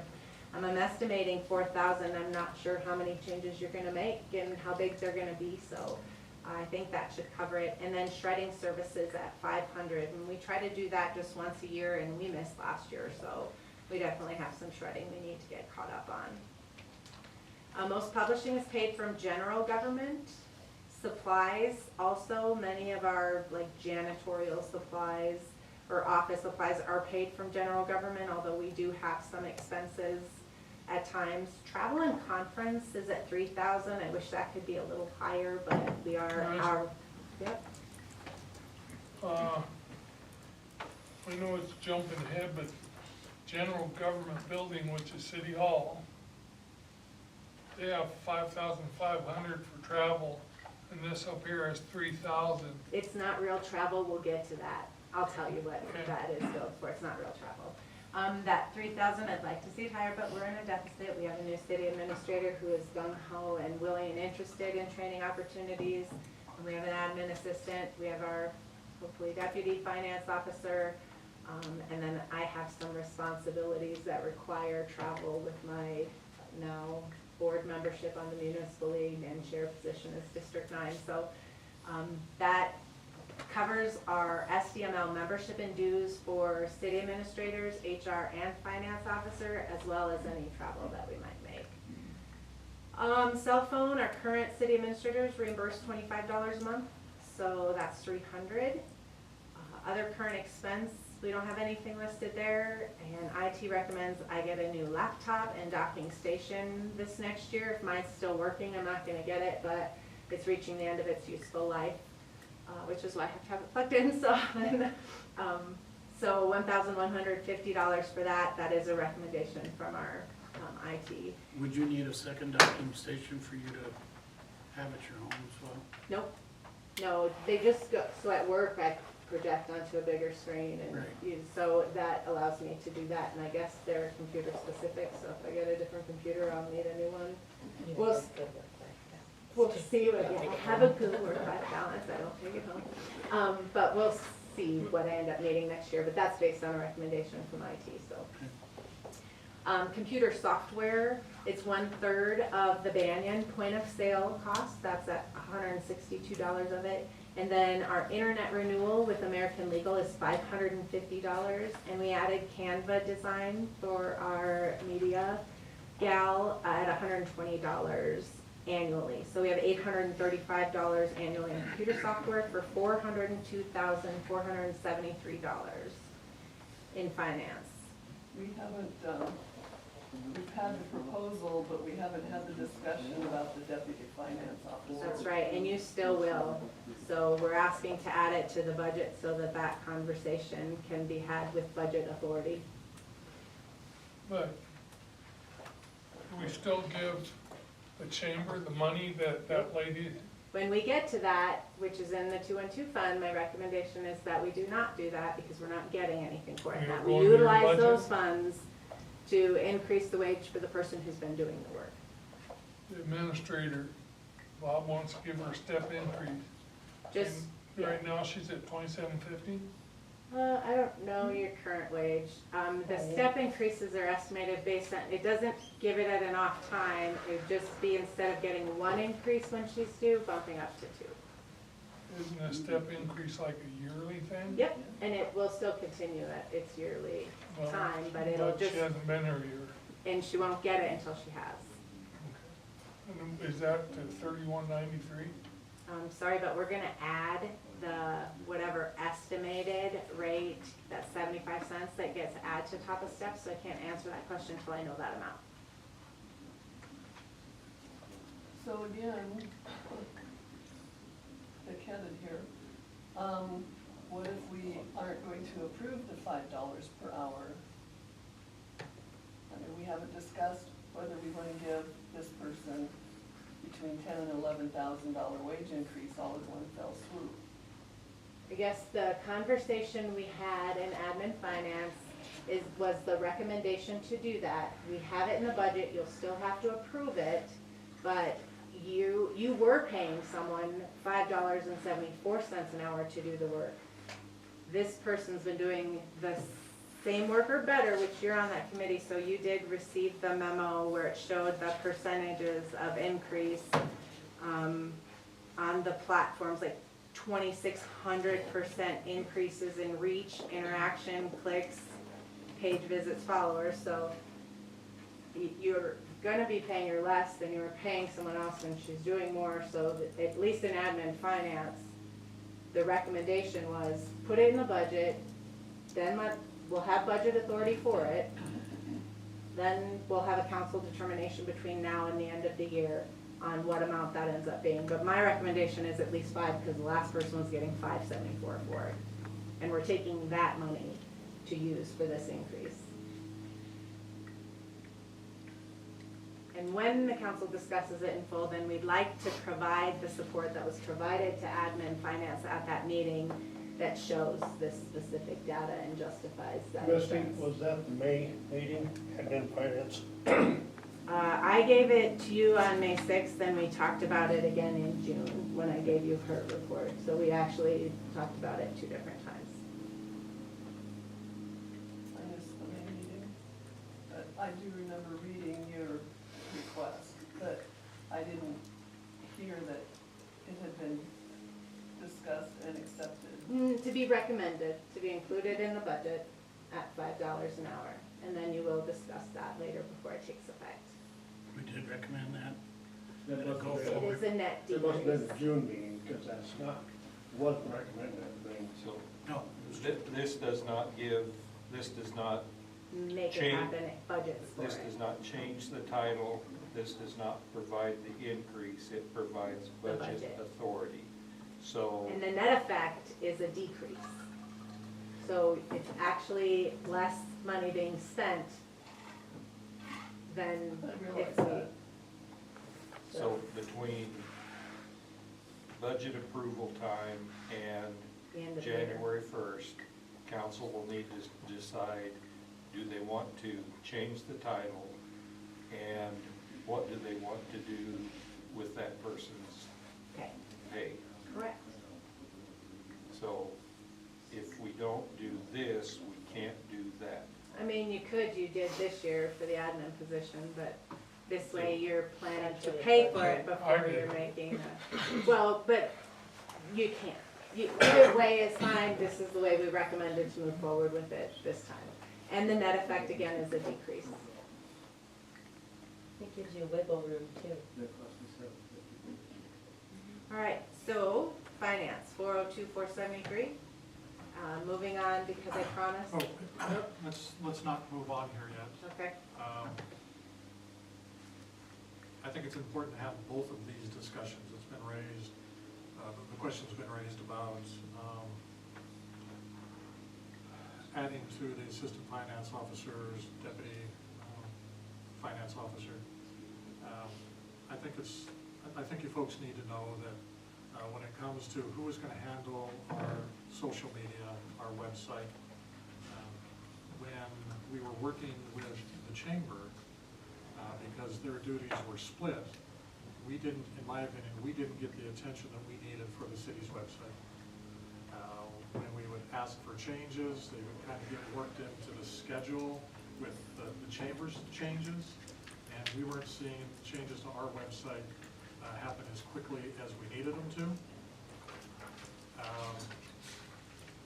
And when it came to changing providers, Ariel stepped up and helped us get through a complete redesign. So bringing all of the website responsibility into the city is a huge benefit to us. To Misty's point, are we going to be paying any more for it? No. Whether you decide, whether the fine is appropriate or not, in my opinion, to Bill's point, this position needs to be within the city, and it needs to be compensated appropriately for the added responsibilities. It's assistant finance officer that's been doing it for us, not a web designer that's been doing it for us. So I think it's important to recognize that's why admin finance said yes. We feel this is an appropriate discussion to have, recognizing the funding is going to come from it not going to the chamber anymore.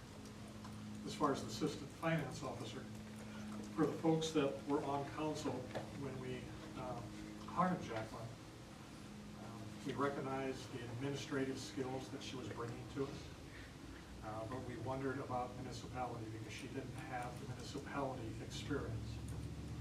So as we discussed that, we started her at the low end rather than much higher up. But Misty's talked about it tonight as far as stepping up and getting the department heads to get the budgets to Misty on time.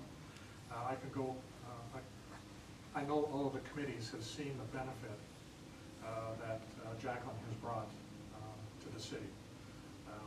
The comment has been made she's not in City Hall as much as maybe former city administrators were. That's because she's out in the public. She's in the park, she's at the street shop, she's at Evans Plunge. A lot of people view city administrator as office only. She needs to be out in the city, seeing what's going on, seeing what needs to be addressed, following up with the requests that come from the committees. So when we offered her a wage, it was based on an unknown.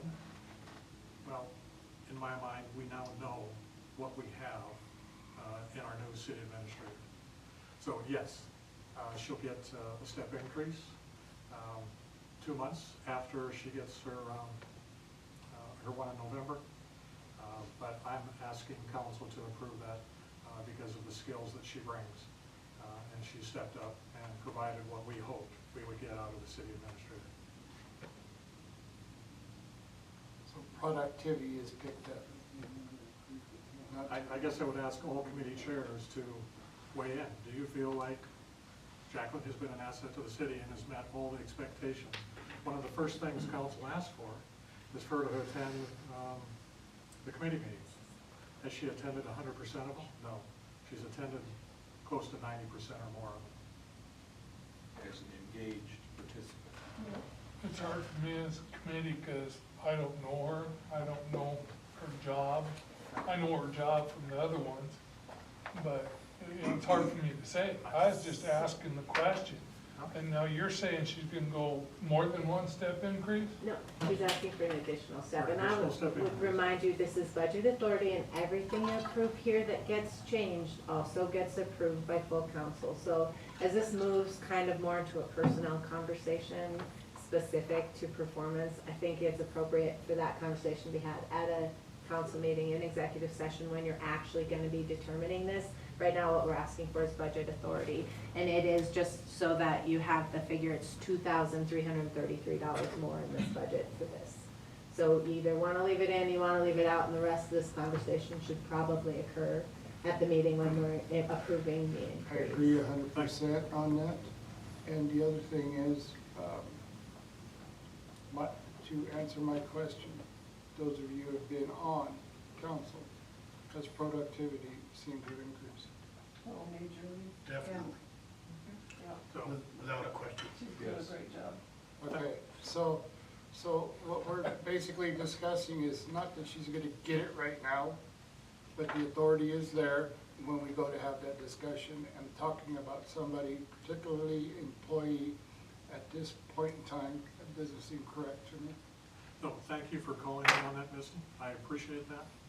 I just hope you understand my passion and why I asked Misty to build this into the budget for your folks to be available to make the decision.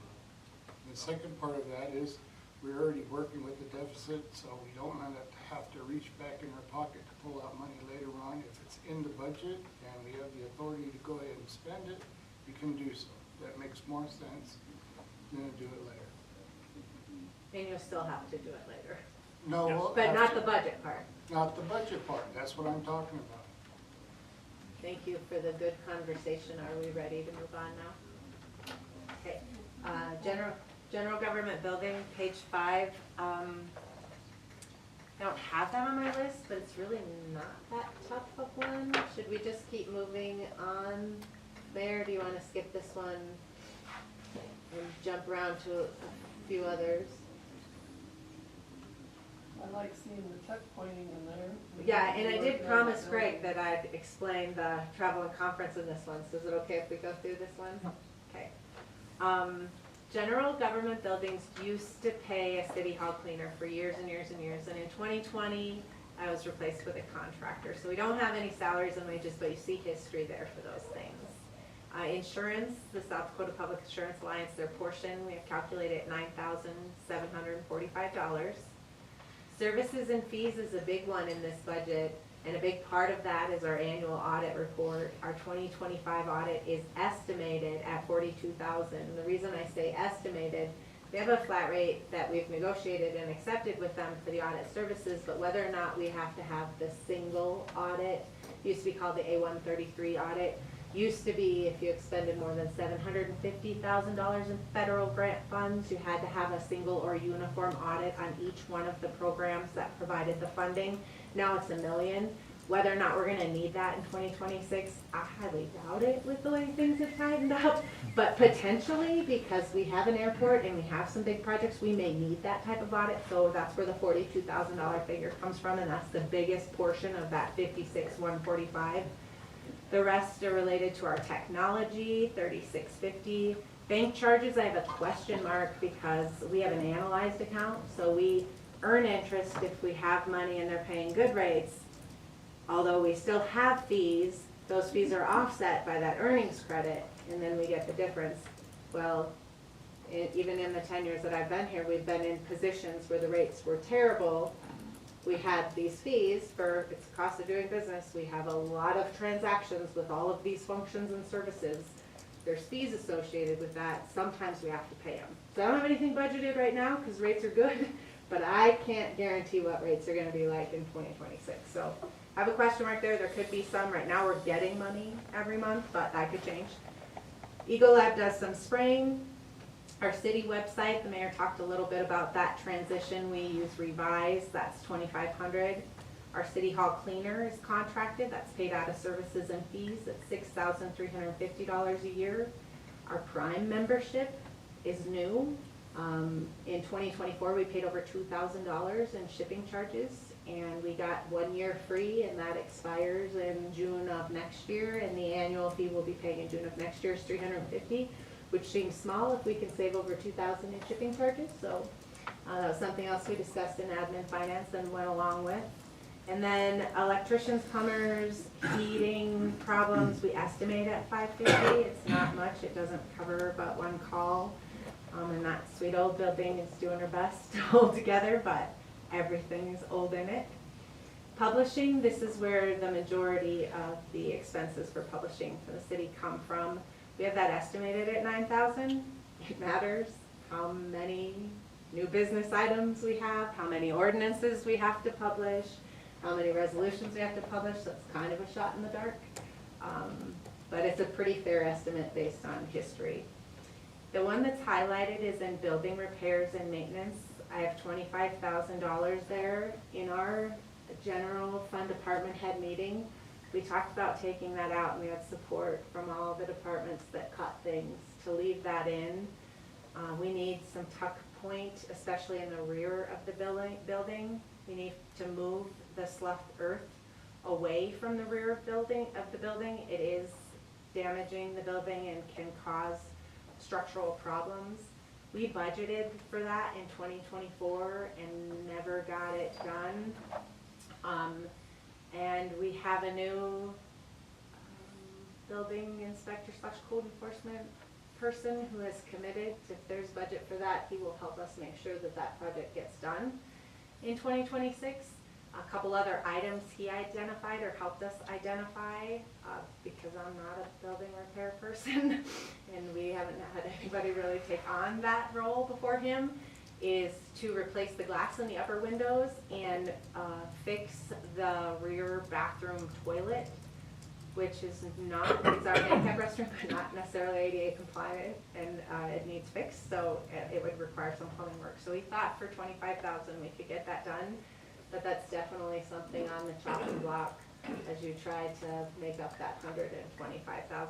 So I take any feedback now if you want to see that number change, but I can tell you that this is lights and water stuff. You got to take care of your buildings, and we should have done this in 2024.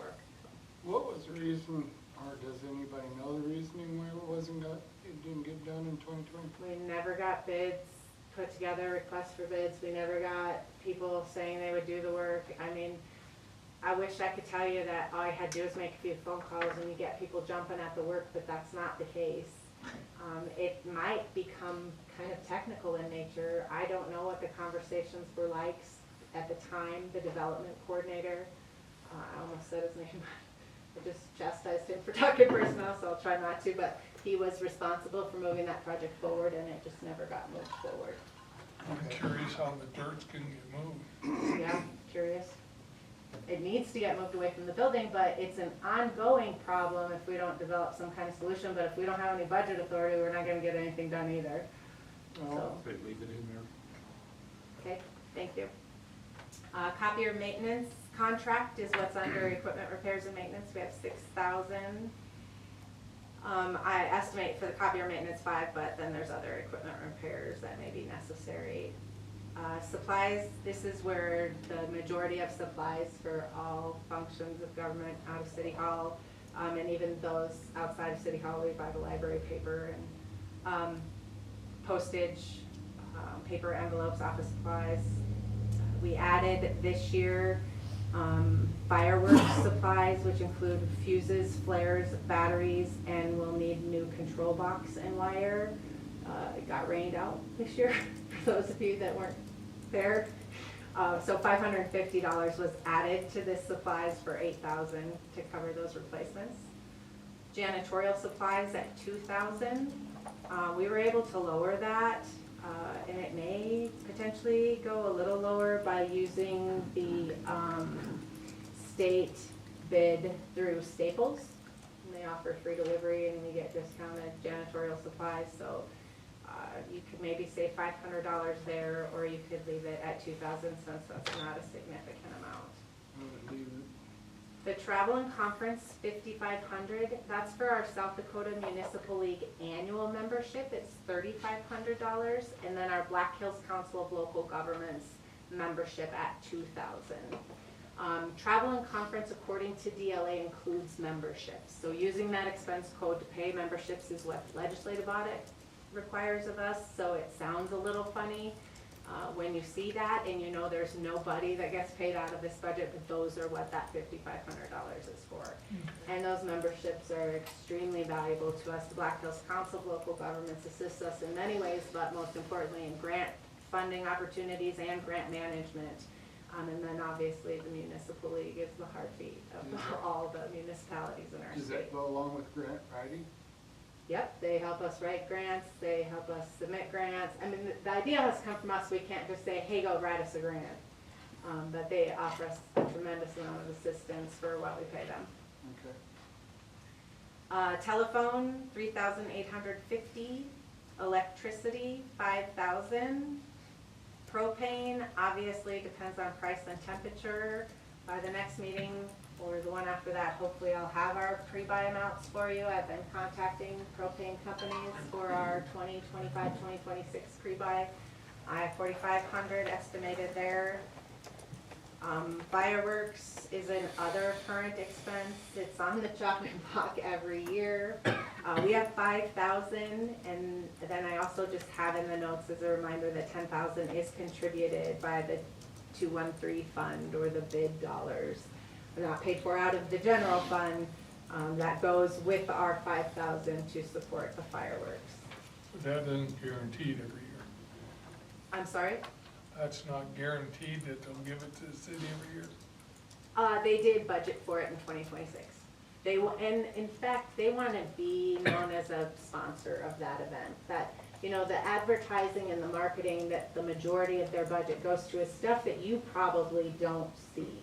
Because it's directed towards people to try to get them here. So this is something kind of like wrapping the cars or helping with the solar lights that we can see benefits us from having this. So they did 5,000 for a few years and then have voted to increase that to 10,000 to be a supporter. So it's not guaranteed every year, but it's built into their budget for 2026. In machinery and equipment, I have $3,725. Black Hills Technology recommended firewall upgrades as a result of our pen testing that we did with DSU. That's $2,950, and I'm sorry, I cannot tell you what a smart switch is. He told me, but anybody? $775 for one of those. Computer software, our fund accounting, our payroll, our vault backup, and our time card software is $2,930 annually. Our Sentinel One in general governments is $860, and our Sonic Wall security packages on the firewall is $475, for a total of $4,265 in computer software. For general government buildings, then our total is $147,730.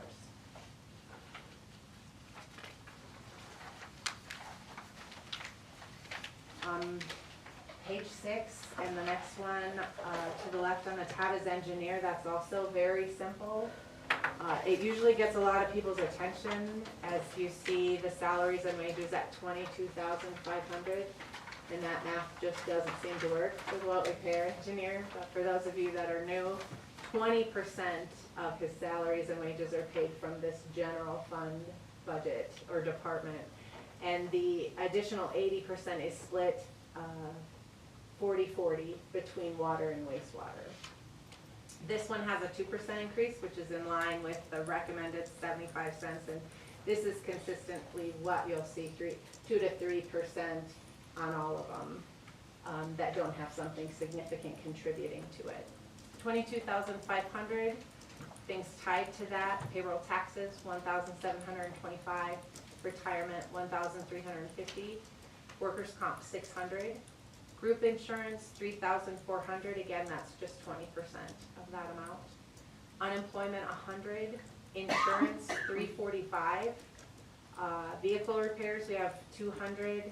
I'm pretty sure he didn't put anything in there. Routine service of the van. This man can keep I don't want to call it crappy because he likes his vehicles, but he keeps old vehicles in very good repair for next to nothing and functioning all year.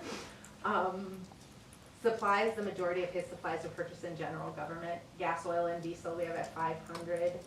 I'm not sure where he's at year to date, but he really doesn't. I mean, he uses it almost every day, but 210, so that 500 is reasonable. Travel and conference is 600. Telephone, 300. His cell phone is at 65. That's split 40-40-20 also.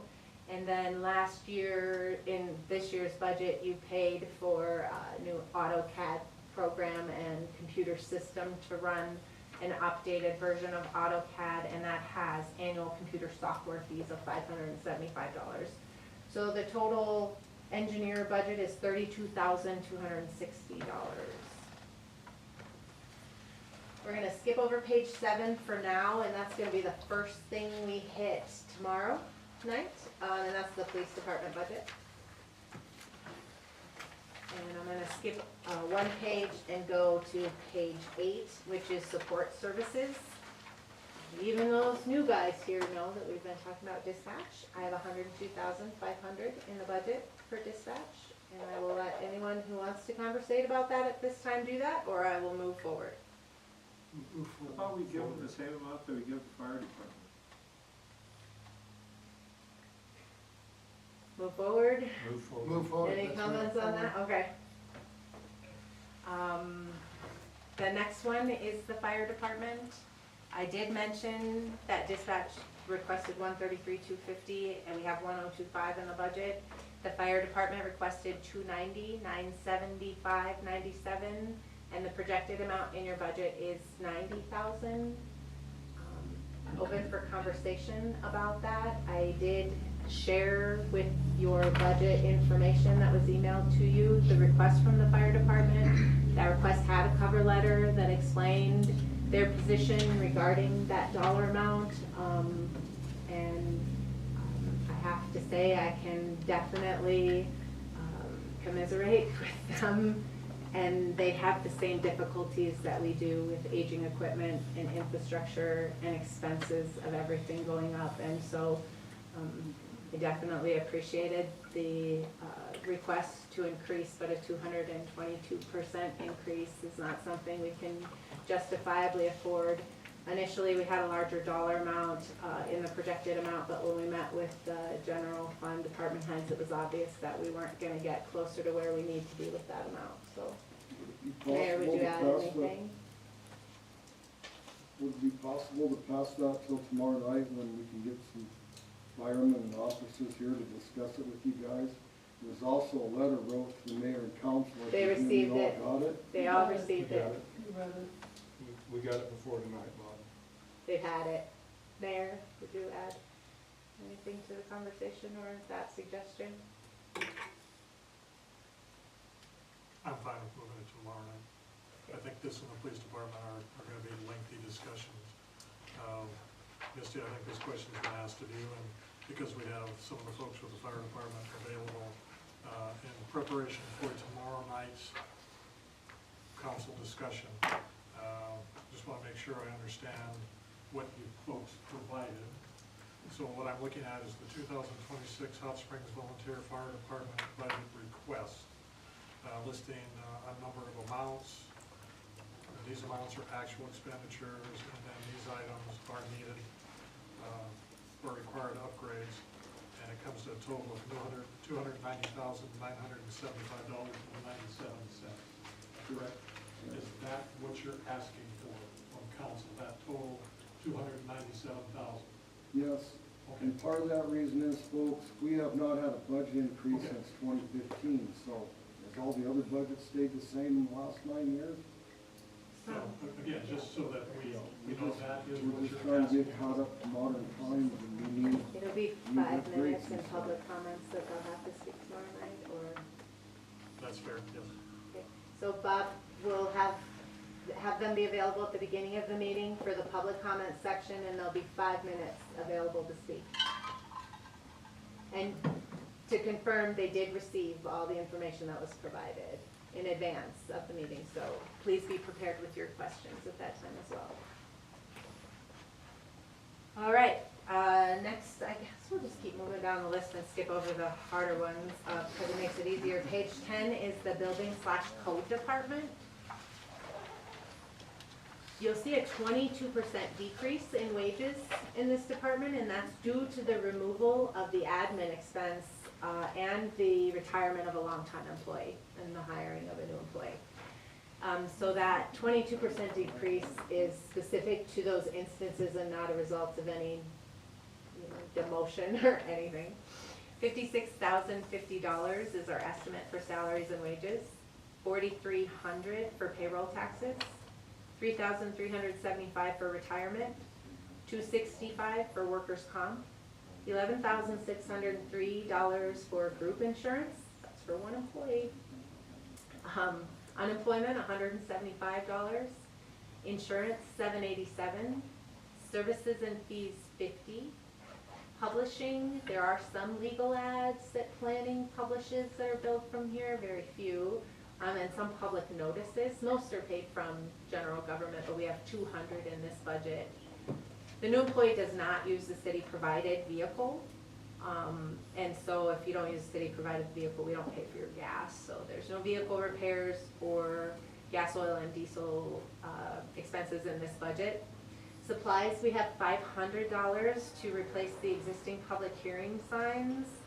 And that might be a little high, but other supplies may be necessary throughout the year, so that seemed appropriate. I think his initial request was $1,500, and this is one of the cuts we made when we reviewed as departments. Travel and conference, $1,200. Again, you know, I'd love to see these higher, but we are in a budget deficit. But new, anxious, excited employee, I'd like to get him to all the training we can. But that does provide him an opportunity to continue his ICC membership and then also attend some training. Telephone, $1,080. He uses a city cell phone, $540 annually for that. And then books for the IVC and IRC books, we have 1,000 budgeted. As a note, we did talk about some software. It's $6,000 up front with annual fees of $3,500, and that was cut just based on our budget currently. Will be something that we'll be putting in front of you though, in another Future. time. It's not going away forever, so that's why we note it. I'm gonna skip over highways and streets, that's a bit of a bigger one. So snow removal would be next, that's on page 13 of your expenditure worksheets. So when I'm estimating wages for our maintenance employees, I have to try to figure out how much time an employee who can work in streets, parks, cemeteries, snow removal, street lighting. Did I say cemeteries? Yeah. Anyway, in a number of different departments, how much time they'll spend in each one. And snow removal is one of them that you see pretty consistently on a supplemental appropriation request later in the year if we've had a bad snow season, and does just fine if we haven't, because it's highly, it fluctuates significantly based on the weather and the timing of those storms. So 22,000 is a best guess. It's a decrease of 12%, but again, I'm taking the total wages for these employees and just trying to make those numbers match with the best guess that I can give. So, Let's roll the dice. yeah, best roll of the dice, 22,000, 1,683 for payroll taxes tied to that number, so if we have to increase that, we'll be increasing both. The good news is if we do have to increase it, we've now not used that money in one of those other departments. So a lot of time, you're not actually adding more money, you're just moving budget authority. Because if they're moving more snow, then they're not getting paid out of streets or parks or some other department. Retirement, 1,320. Vehicle repairs, so we have routine sander maintenance. We need to purchase plow tips and edges, hydraulic mounts, aprons. So we have 5,000 budgeted there. That's a best guess. Things can get expensive on big equipment when they break, and that's typically what we use contingency for if something happens that this doesn't cover. If we have money left over in this budget at the end of the year, that's great. It means things didn't break, but giving them something to work with to keep the equipment running is important. So we have that same dollar amount, 5,000 in equipment repairs, and that's for cutting edges, blades, and carbide tipped edges, which are more expensive but last longer. Supplies and materials include sand and salt. We do attempt to purchase that, like our propane, secure those prices in the off season to save money. We have 20,000 budgeted for that, and the fluctuations sometimes where you see, like in 2023 it was 12, and then in 2024 it was 20. That's because of when we bought what we bought. Are we bulking any of that We right do. now? Yep, we do. Do you know about what we have? I'm sorry, I'd have to ask. I don't keep up to date on that, but That supplies, that's propane too, right? snow removal doesn't have any propane expenses. Propane has its own budget line in the departments that has. They don't Expense. share scenes out the trucks inside and stuff. No, oh my God, that'd be so hard to calculate all that. Great. Minor tools, brooms, miscellaneous hand tools, blowers at 1,000. And then gas, oil, and diesel, we have 5,000. For $61,003 in the snow removal budget, there's really not much to cut there. Street lighting is another one of those departments that is under maintenance. We contract out lighting repair at $750 a month or $9,000 a year. And then we have $2,000 for miscellaneous repair. I have a note, and I questioned this the last time, and we ended up paying more, so maybe I should just keep my mouth shut. But our current contract with lighting maintenance expires March 1st, 2026. Are we happy with their service? Is it worth it to renew with so many brand new lights? That's something future councils will have to discuss. With budget estimates, I'm keeping with the status quo and the standard, but something to keep in mind. We also have $12,000 for bypass lighting repairs that aren't covered under the maintenance contract. Nothing's been used year to date. I'm not sure what kind of, I know in 2025, we were gonna replace a pole that was hit by a driver. I'm not sure in 2026 what we estimate to use that for. We'll definitely need more in repairs and maintenance if we don't have a contracted service provider. But I do have that highlighted because I do think one or the other could be decreased, but I can't guarantee that we'll come out better on the other end of that if we go without having the contracted service provider.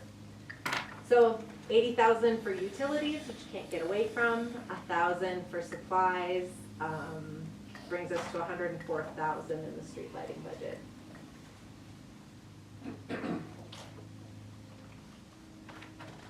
Street cleaning is another one of those. It's a decrease of 0.3%, again, shared employees, I'm just estimating I have 8,000. And we have some If I can employees. interrupt for just a second. Yep. When we're talking about salaries, if we have an employee, is there approximately another 35% of that goes for, all the benefits that go along? Is that pretty close to 35%? No, our employees' rates vary too much for me to tell you that. I can tell you one employee's benefits for 2026 budget was calculated at $11,600.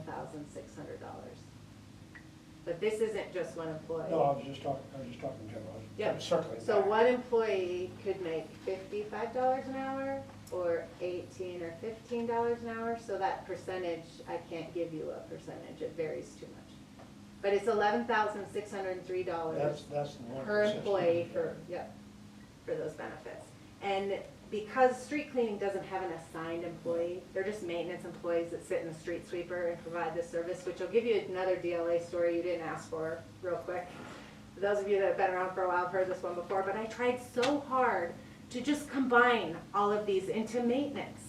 Just have one department and get rid of street cleaning and snow removal and street lighting and parks and cemetery and just have maintenance, but they wouldn't let me do that either.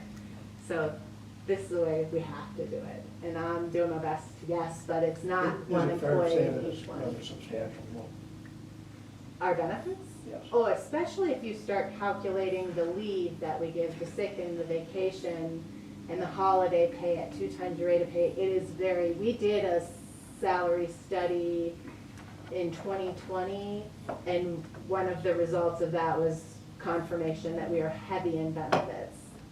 Yeah.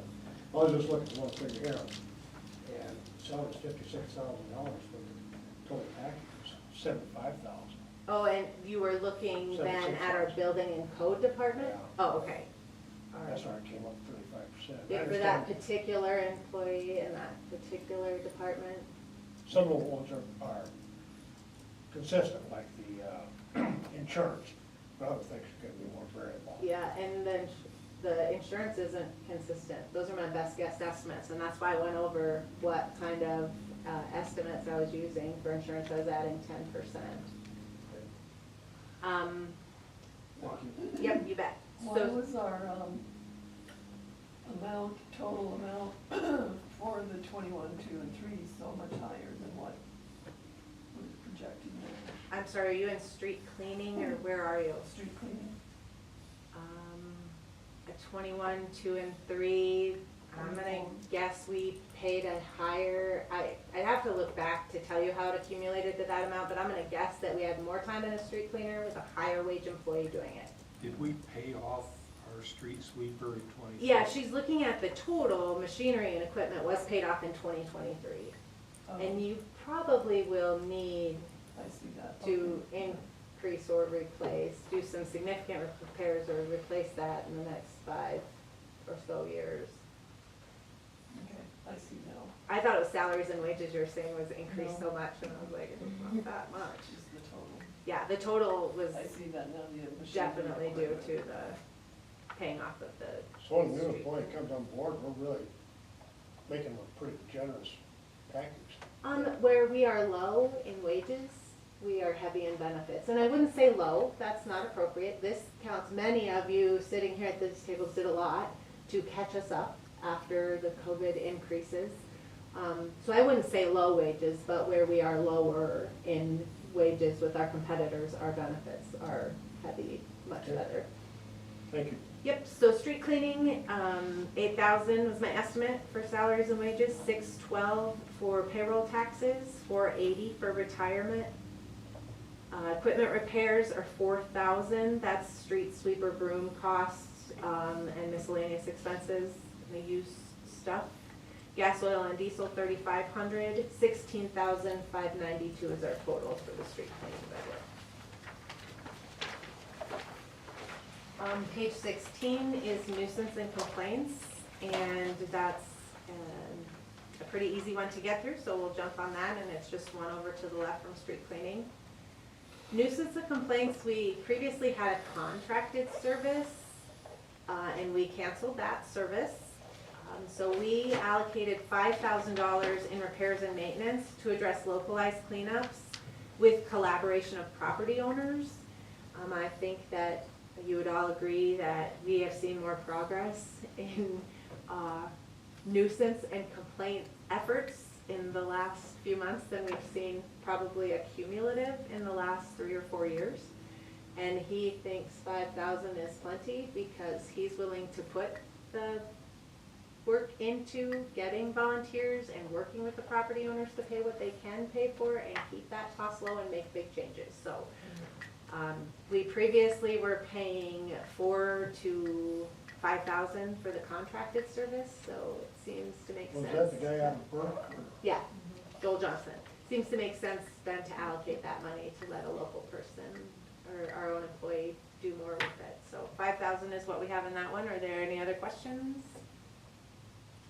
Was Philip from Burke, was he actually going around enforcing stuff, or was he just going around saying? So the contract and agreement we had with them, he did come to Hot Springs and he went around and identified Okay. properties that were in violation of our ordinance, thoroughly went through the ordinances, and then provided us that data, and then it was up to us to follow up on that. He'd take any phone calls from individuals, He sent out the letters. we sent out the letters. He gave us the list, we sent out the letters. But he wasn't doing any enforcing. No, he didn't, he'd answer people's questions and put his name on the letters that went out, but Is that something we need to look at doing periodically? we are. We are. Doing what, sending out? Hiring this guy from Burke, so. No, we're doing it in-house. We do all of it in-house now, and we've been really successful at it. We were paying him $4,000 to $5,000 for this stuff, and it, things weren't getting cleaned up, and letters weren't getting sent out, and there was zero response within the community, or almost zero response. There's been a significant Right. improvement. I can see that, Mhm. and I can see also that we've got ways to go. And part of that too is, the admin assistant that was hired, part of that conversation, for those of you that were here, if you remember, was that, it wouldn't just be for, assistance to the city administrator, but also for the, building inspector / code enforcement official. So she did a lot of work to assist with generating those letters, tracking and sending them out, which is why we ultimately decided to terminate our contract with Joel Johnson. There was one phone call and one site visit from him, from the budget that was set for last year, so we didn't even use all those funds. Good?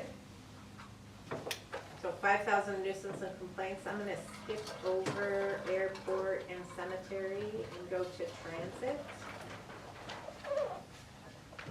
which is on page 19. This is the subsidy we provide to Prairie Hills Transit. They asked for 15 during our meetings with the department heads. We put 5,000 in there to match what was approved last year.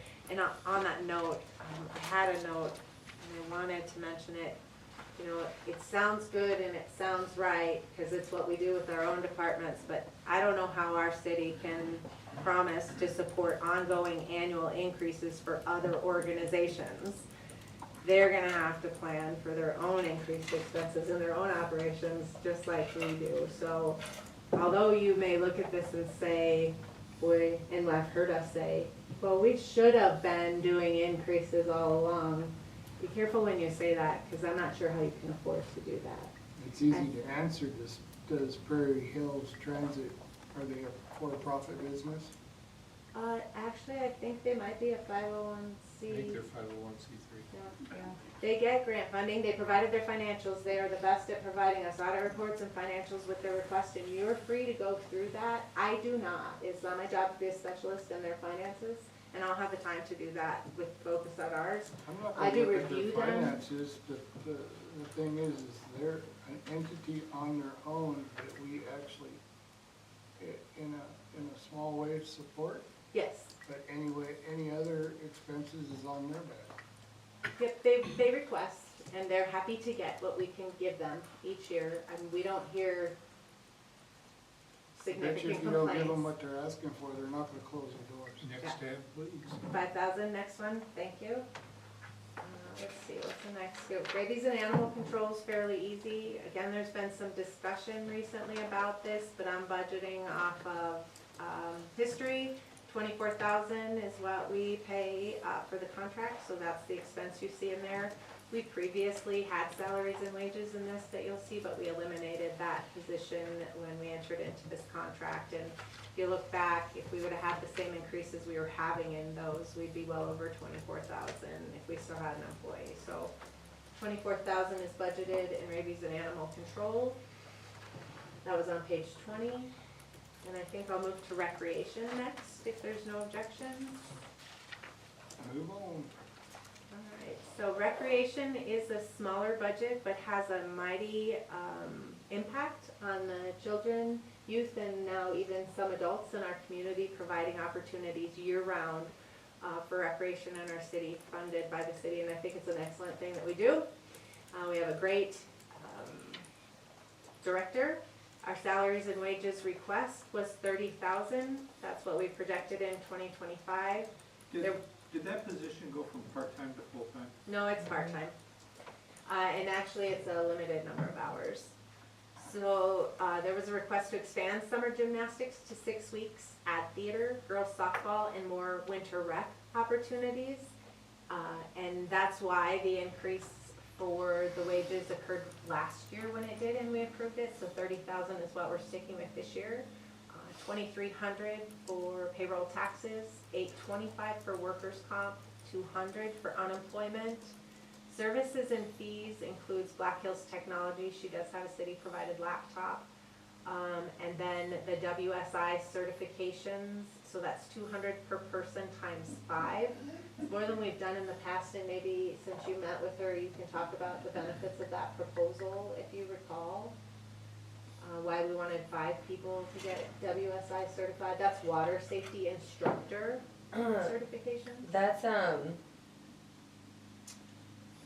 so we do a lot of our certifications in-house now where we can, because our aquatics director has the necessary certifications. But this is a requirement to, I think how she described it was to fulfill the role of additional instructors that we have on staff. So ultimately, it would reduce the need to send people out in the future to get these certifications if we can do it in-house. That's, I think, how I understood it, so. Supplies and material has 3,000, and they operate so many activities with very little, supplies. The travel and conference is the Red Cross Learn to Swim registration fees. We have to register the facility and personnel, and then there are some days of meals and travel reimbursements. We're estimating travel and conference at $1,330. Why is that so much higher than what we had last year?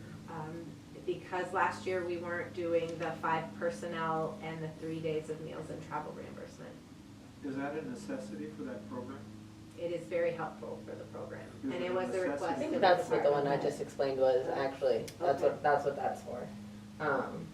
So, and this is with them carpooling down there, so we're only doing mileage for And we did Sue ask and- the department heads to request necessities, and I can't speak to the actual, When we sat down and I asked her about this, about, you know, if this is something that needs to happen for the success of the program, it absolutely does. I'm sorry, I was thinking about the plunge when I was giving you the breakdown. of the.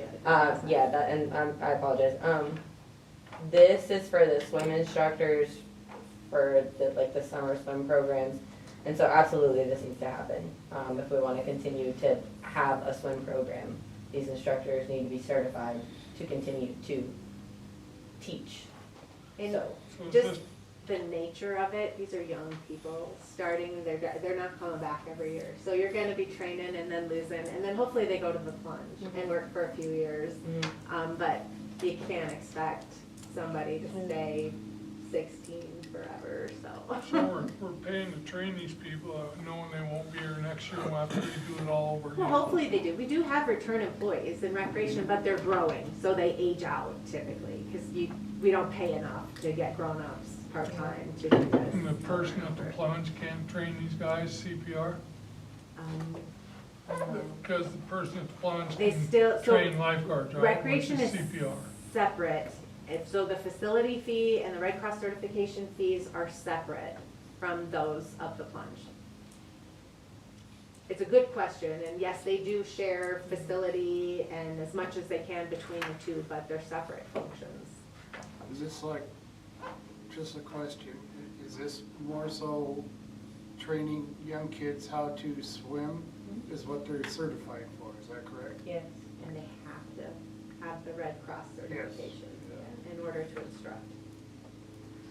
The last one is computer software, and that is with Sports Engine. This new recreation director moved us to online registration software, and it's working fantastic. It has minimized the folks that come in to City Hall, and it's definitely allowed her to be more efficient with her time, with the limited hours that she's provided to do this job. And so the online registration software is $800, and the Black Hills Technologies Sentinel One is $66 for $866 for a total budget of $39,749 in the recreation department.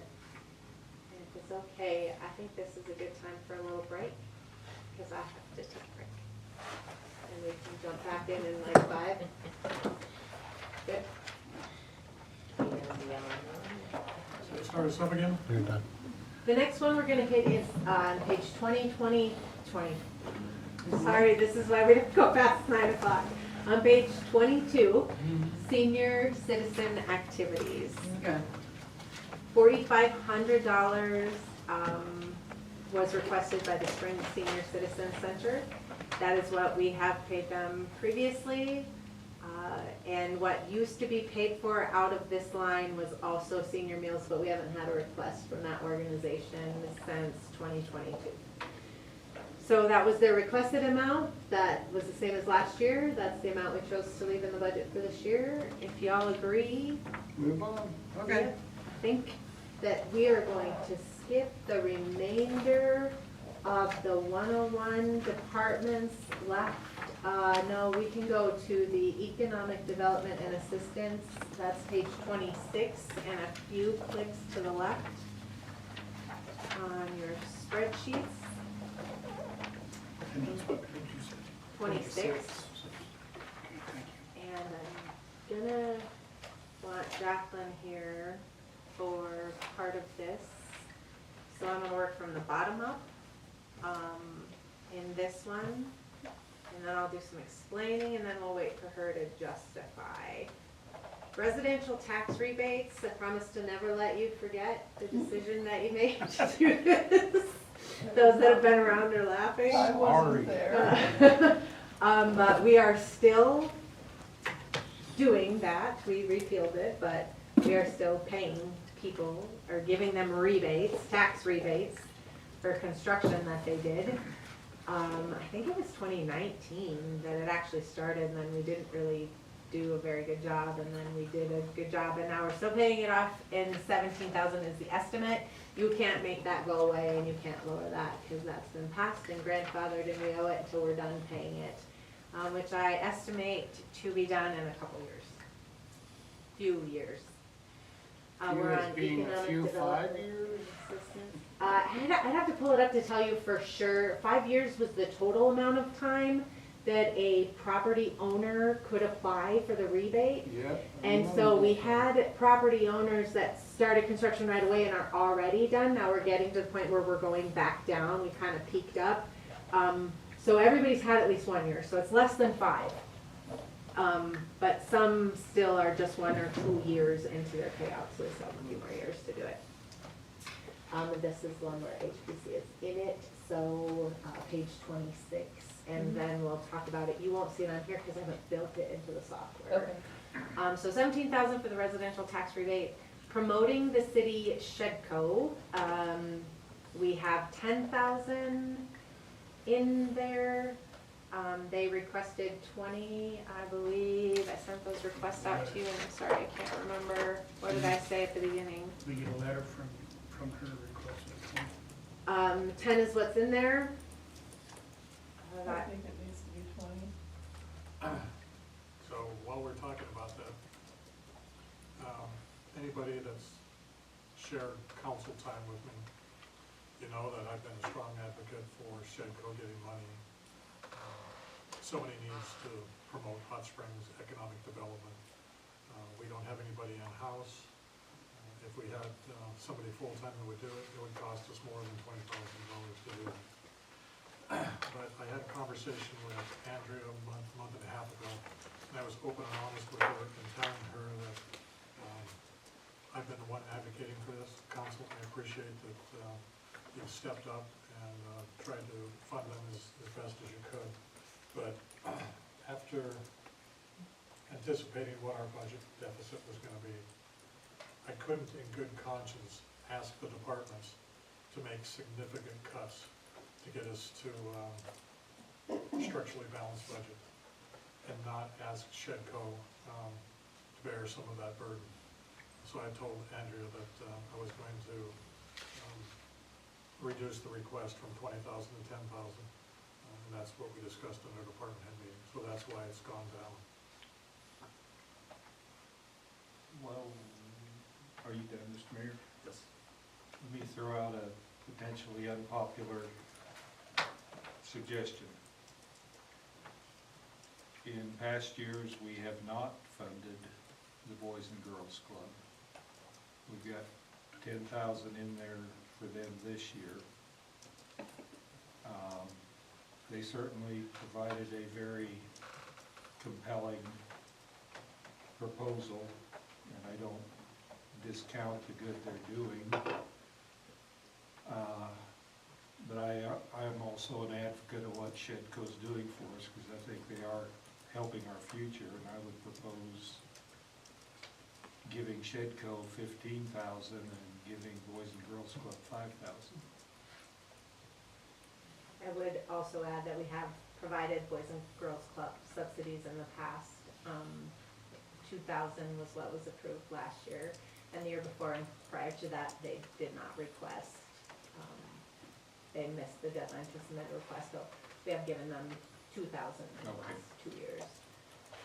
Anybody else have ideas about that suggestion? Oh, no, Boys and Girls Club, that's the future of our city.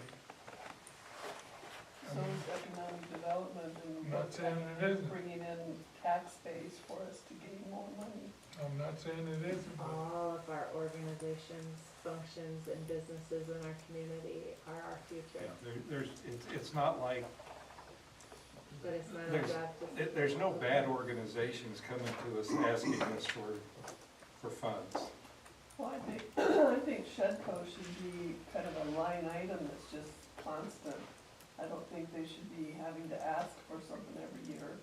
I think it just should be a given that they're, you know, like a department, because they do so much for the city. I mean, they're bringing in more housing, they're bringing in new businesses, they're bringing in, I mean, they're gaining us money with what they're doing on a very small budget. If we had an economic developer, that'd be anywhere between $80,000 and $120,000 in wages.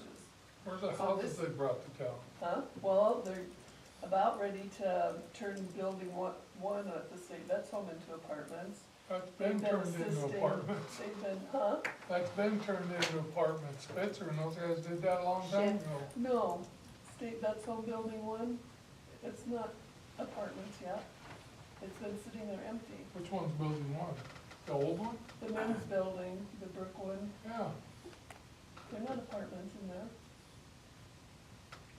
well, we voted on it a long time ago Oh, when nothing Spitzer and happened. those guys wanted to go in there. That was Southern Hills Future Foundation, and the city did assist in transferring that building from For the a state dollar. through the city to SHIF, and I believe that SHIF afterwards transferred it to Shedco, but I don't know their business, because they are a separate organization. They're not under direct supervision or control of the city, and any other organization that expects a donation or a contribution from the city makes a request. Could I interject a comment at this point? You've got several, excuse me, you've got several organizations that are very worthwhile and do important things for the city, and that's great. I am full of praise for all of them. But you've also got over $100,000 deficit that you haven't been able to address yet. And you're talking about giving money to a non-city organization that does well. You're giving money that you don't have, and you're getting it from a lot of people that can no longer afford to pay it. There are a lot of seniors in the community. There are a lot of working families in the community that are really strapped paying property taxes. I think maybe you want to postpone the amount of money you're willing to give these organizations until you're able to address the deficit that you've got. Thank you, that's my comment. Thank you. Well, to be totally honest, I have to agree with that statement. We haven't even got to the point where we say, okay, on all this budget, and we already have 125 in the hole. All We right. are saving some big ones for tomorrow night, Let's- but. We're not saving it anymore. We're gonna address the elephant in the room. Let's go back to the police department. Uh-oh, we can't, can we You get through just this wanna one get first? mad tonight. No, I don't wanna get mad tonight. Yeah, let's finish this one. But, Okay. The point, the 2 points that were just made, I think depending on the decision the council makes with the police department, make it should have a better place. So we need to have the conversation. It's not gonna go away. Deferring it to tomorrow night isn't gonna change anything. So let's finish this one and let's go back. So if you'd like to defer those two 10,000s, I did just want to finish talking about, I mean, we can change them now based on your recommendation, or his that you seem to agree with, or we can just leave them, talk about the police department, but I did want to talk about what you see in your Excel spreadsheets, but don't necessarily see the notes on your worksheets, the $5,000 request. So for those two 10,000 for Shedco and Boys and Girls Club, am I making any changes right now? Am I eliminating them? Am I changing them I to wouldn't 5 make any and 15? changes until the police department, we all know, and we already know what the fire department's asking. we're already getting requests for money we ain't got. You know, if we, just go ahead and take care of our headaches first and get that over with. So that's a good segue to the 5,000. This is not currently built into our accounting software anywhere, and I'm plugging it in here just to have this conversation with budget with you. And it is the Historic Preservation Commission's request for $5,000 to be provided to them, and I'm gonna let, I did include the request justification in the email that y'all got, but I'm gonna let Jacqueline talk about this request.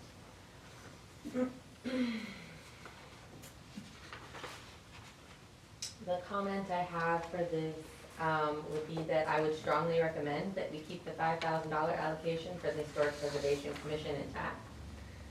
HPC's work isn't just about saving old buildings, it's about protecting the cultural identity and history that makes Hot Springs unique.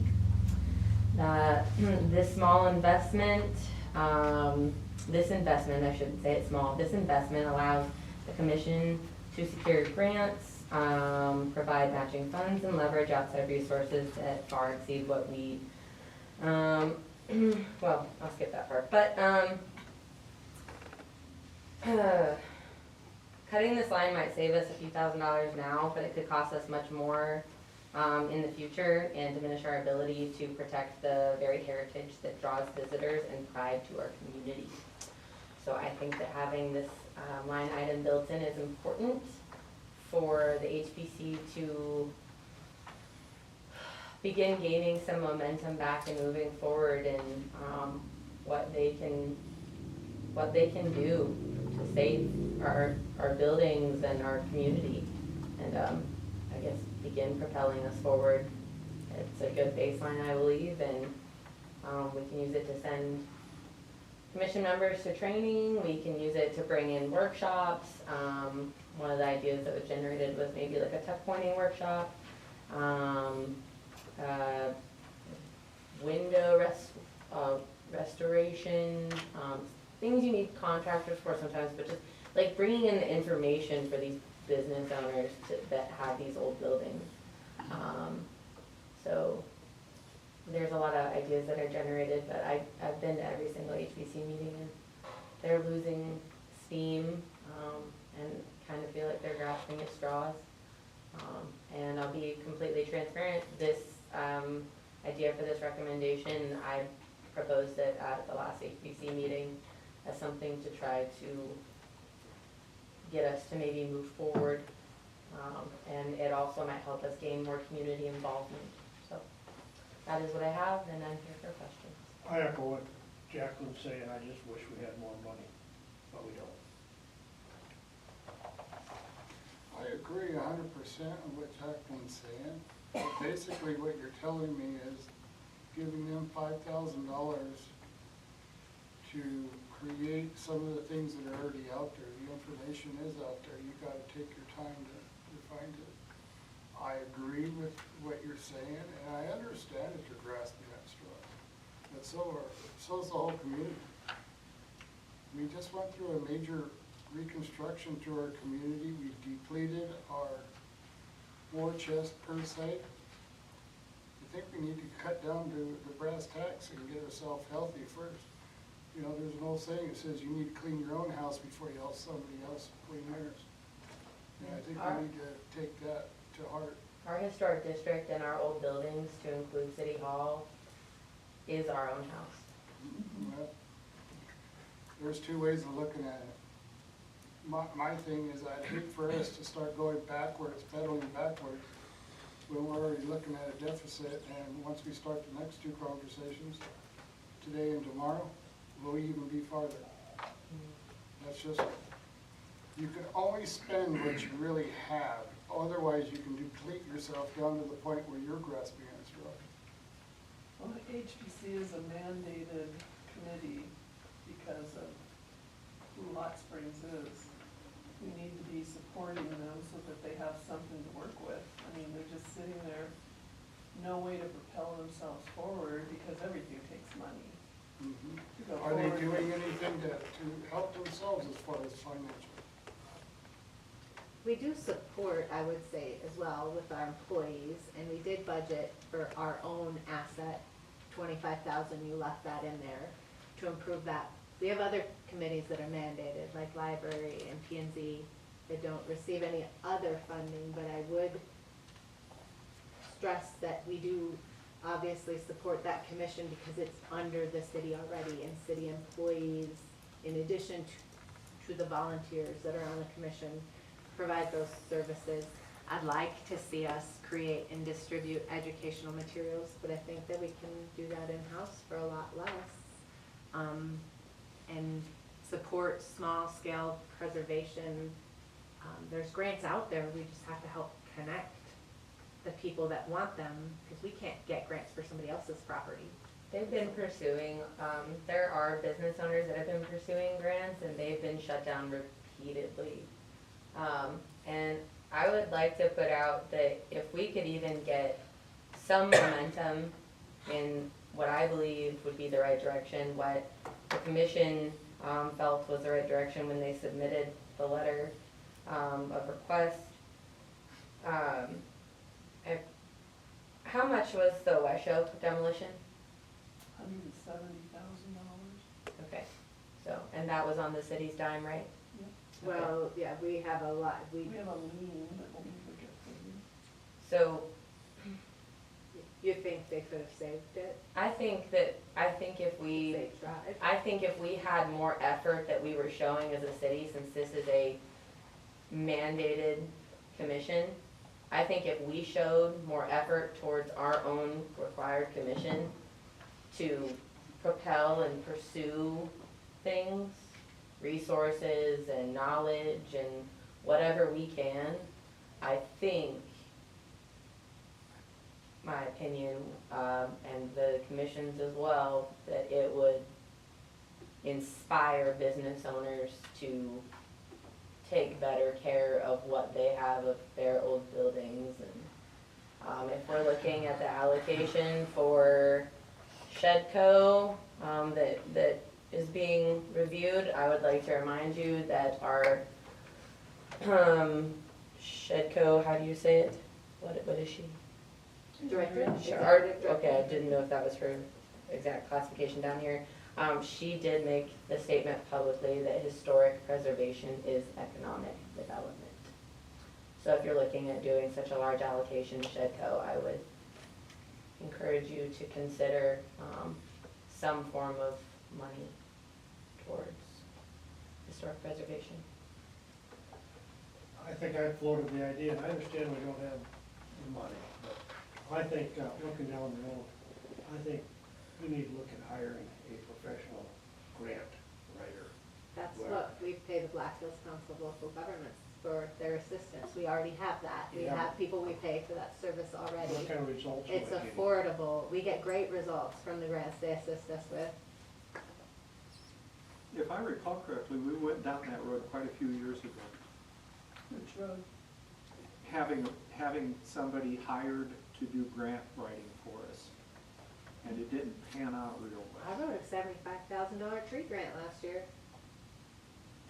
I mean, we have people that can do it. Our police department writes grants for our police department, our library writes grants for our library. We write grants that are available to us to get, and we get the assistance from Black Hills Council of Local Governments for the big ones. It's hard for me to give money to these buildings that the people don't wanna fix up on their own dime. Just like the old Bodega Bar. That's sat like that for now, what, 10 years? We really were pushed and had our Mhm. hands Nothing tied been for done? the 170,000, which seems a little high, but I know we spent a lot on West Oak. That was a big contribution of the city that we were practically forced into doing that was related to this topic specifically.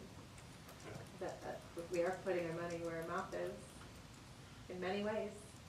But to Craig's point, as far as the bodega, we've done what we can do. We are still trying.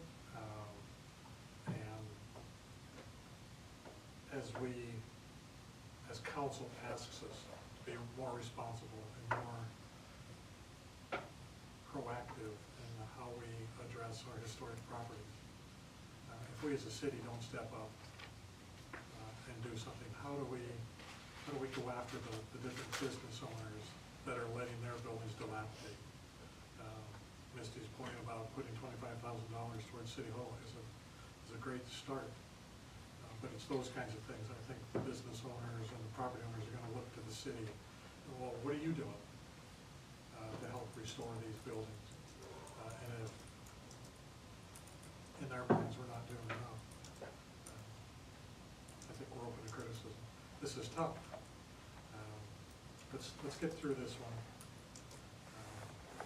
And I'll apologize to Misty and Jacqueline because I wanted to have this discussion tomorrow. But I think we need to have the discussion tonight so that you can see there is an opportunity to get some of the savings you're hoping for. But we're gonna have to talk about this one So anyway, should we so. just put this whole page till tomorrow after everything else is dealt with? I want to deal with the police tonight.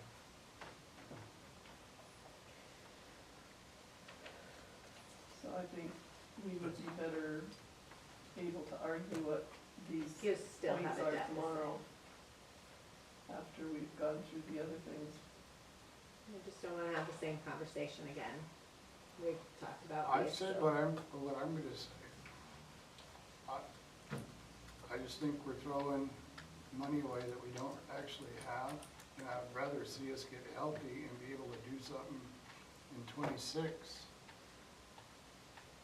You know, when we talk about the budget then. Shedco's budget comes from Hot Springs, Edgemont, Ulrichs. It doesn't really matter where it They comes don't from, have- it basically comes from our tax money.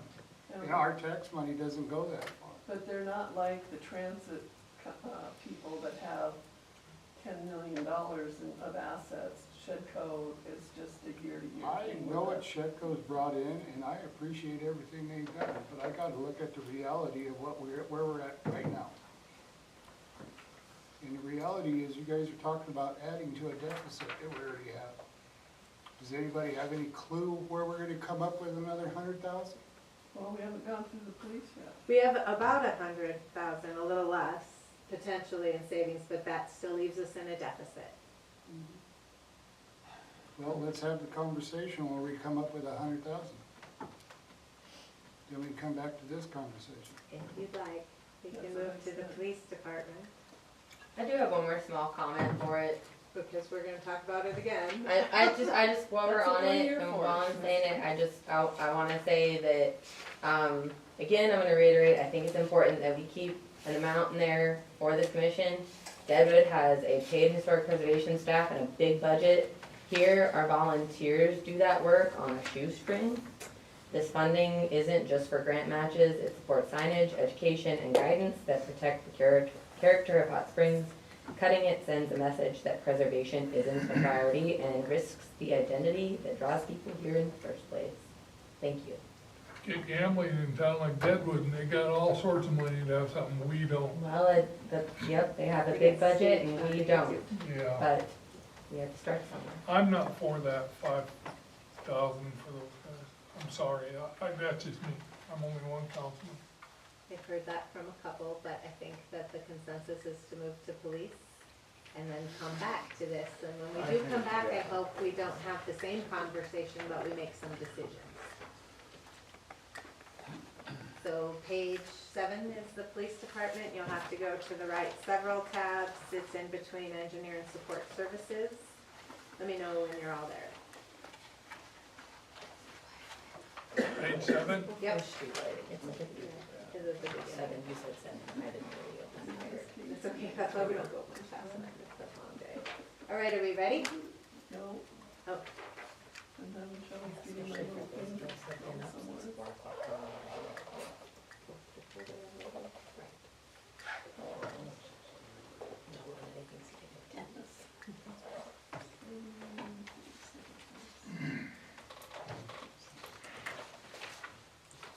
Okay, would you like me to start, or would you like to start, Mayor? I'll start.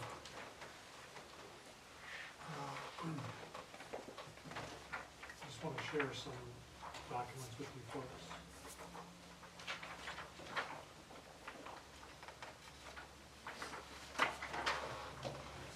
want to thank previous councils, current council, for all the work that you put into getting our police department where we're at. It's been a long time since we've had a stable police department, and that's a direct result of changes you've made to budgets and training and investing in our law enforcement officers.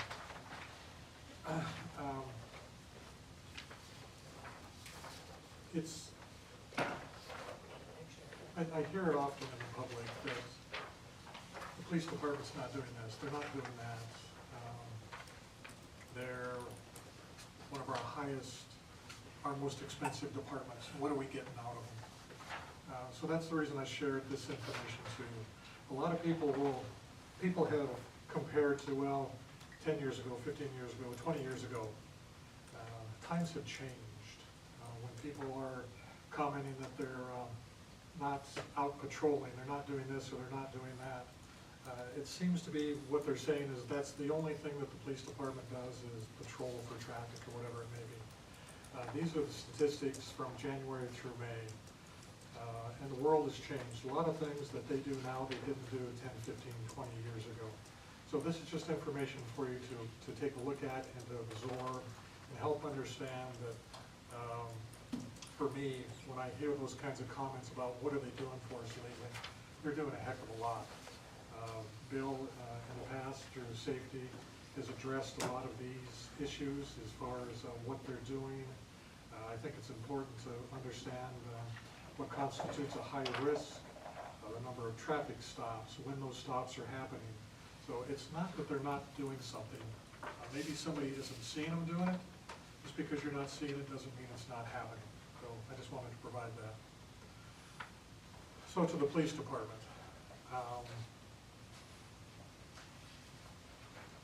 For you folks who have the spreadsheets, you'll see the additional cost related to another officer, and that's what the chief is asking for, is a new officer. Totaling up the cost associated with that additional officer. That budget increases, my numbers are a little different from Misty's. No, I think we're closer. I re-added it.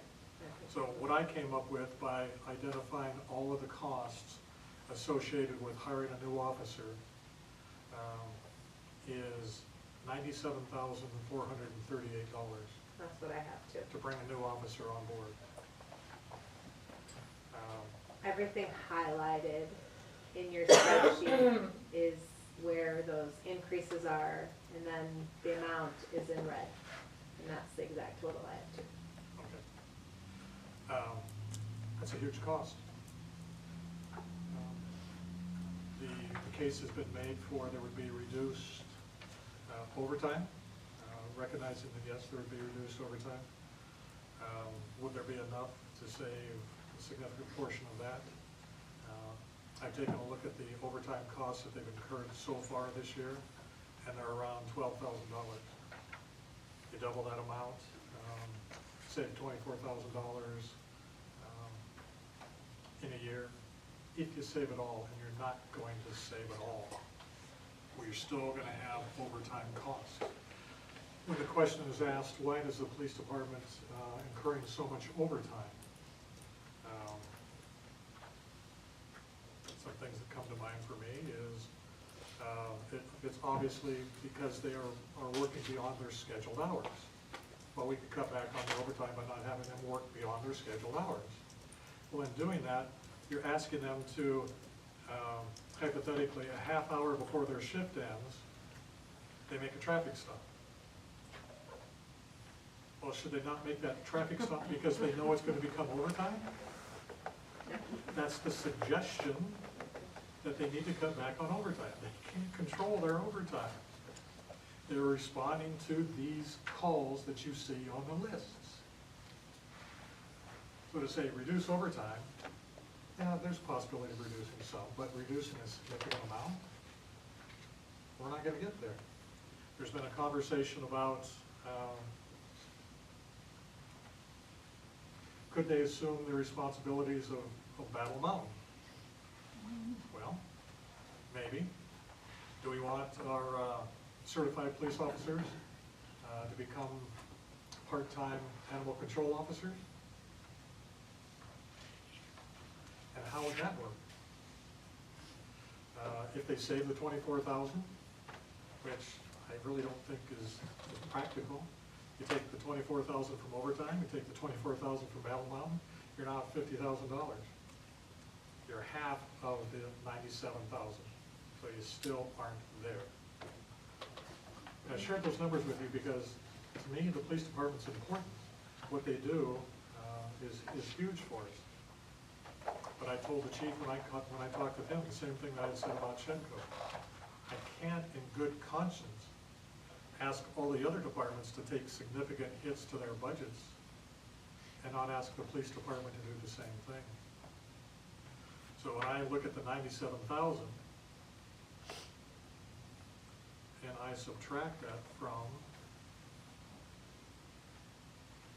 the $125,000 deficit that we're currently at,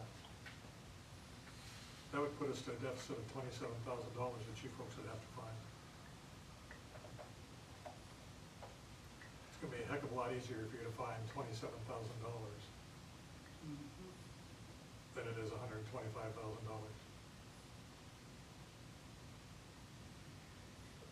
It's a tough pill to swallow. There's an awful lot that could be done with that officer. But this year, when we're trying to get to a structurally balanced budget, I don't see how it fits. I have a couple things to add if you're done. Sure.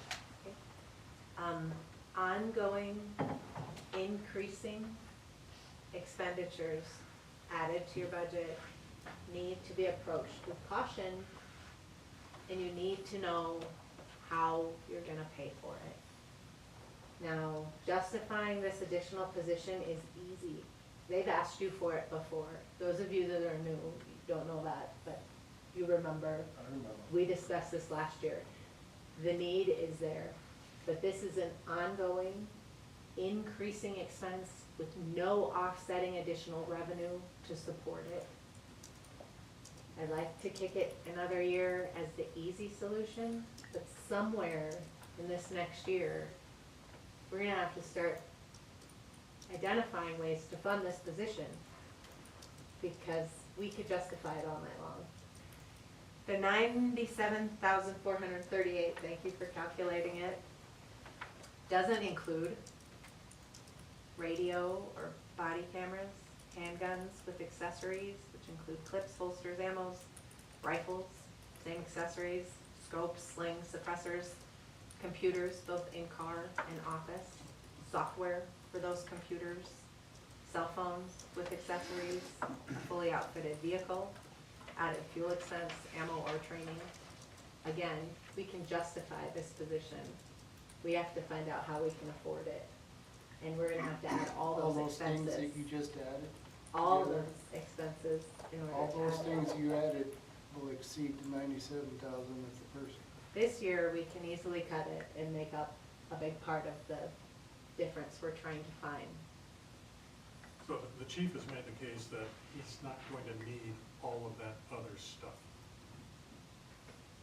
He can find a large share of those items without purchasing them outright. He's not asking for another vehicle for this. He's not, so there are costs, there will be additional costs, but he's not asking for that whole package. So I didn't even address that. For me, it comes down to simply adding the officer is $97,000. And to Misty's point, council recognized last year that the position was needed. We recognize this year that the position is needed. But when we're looking at coming up with $127,000 with a goal of getting to a structurally balanced budget,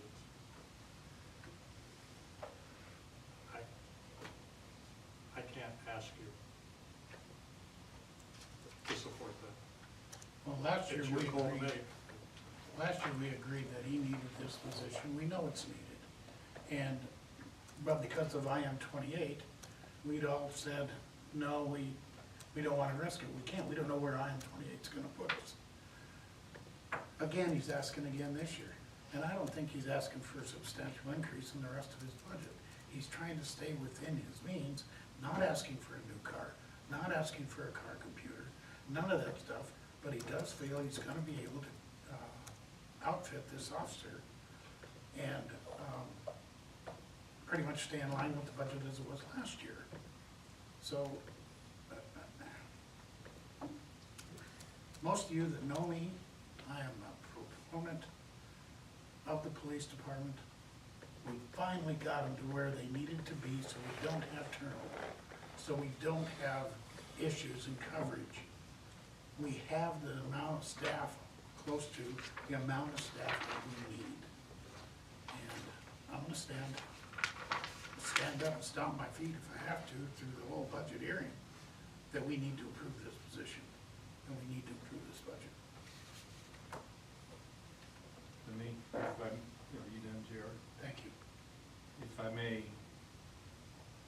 when you look at the chief's request, as far as, you know, there was the overtime piece that this may or may not address.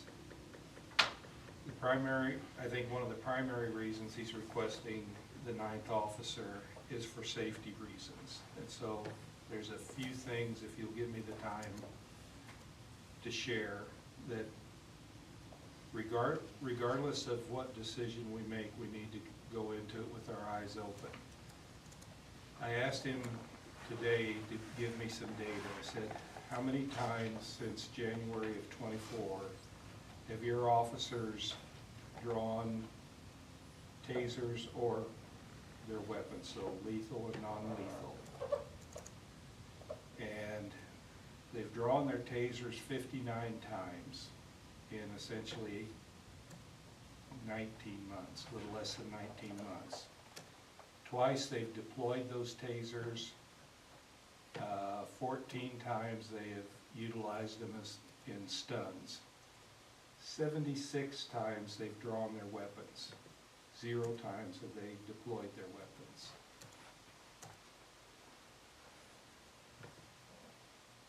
One of the reasons he wants an additional officer is so that he can minimize the time that officers are single shifted. That's a dangerous time for an officer, because each time a taser or a weapon is deployed, that means you are going to put somebody, you're going to detain somebody in cuffs. That is not a one-person job. So that is a safety issue. That's a significant safety issue.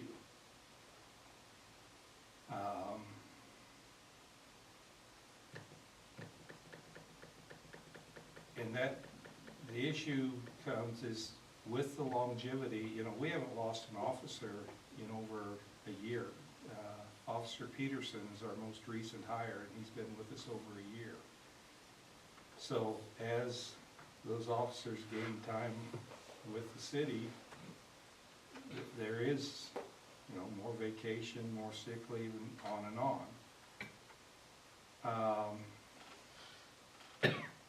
And just, I don't know that I need to bring this justification up, but burglaries and break-ins, we've had 4 through the month of June this year. That's down from 24 in 2024, 39 in 2023. And what we're seeing is on the significant crime level, it's down, and that's because our officers are out on the street. But what we've seen through this year,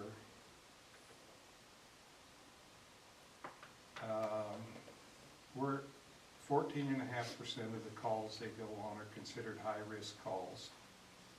And those high-risk calls are suspicious persons, suicide calls, mental cases, DUI, drug citations, drunkenness, disturbance, disorderly conduct, burglaries and break-ins, assaults. So it is, I truly believe it is a safety issue. Let me pull something else up here, just.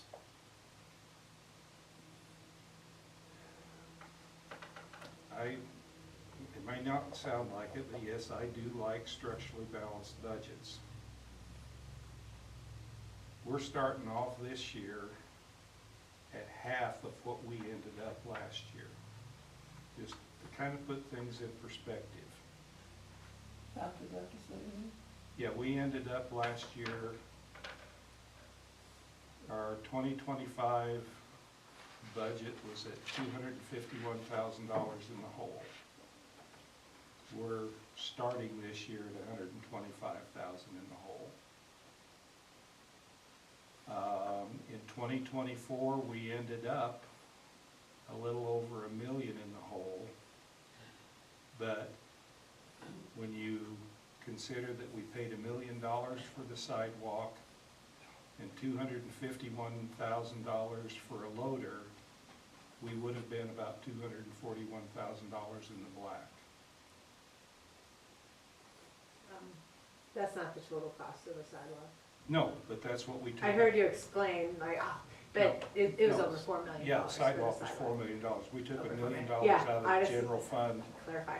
to, instead of taking a loan out with the state to pay it off over 10 years, we took $590,000 out of 212 account and $1 million out of general fund to pay off the sidewalks, so we didn't have a loan payment.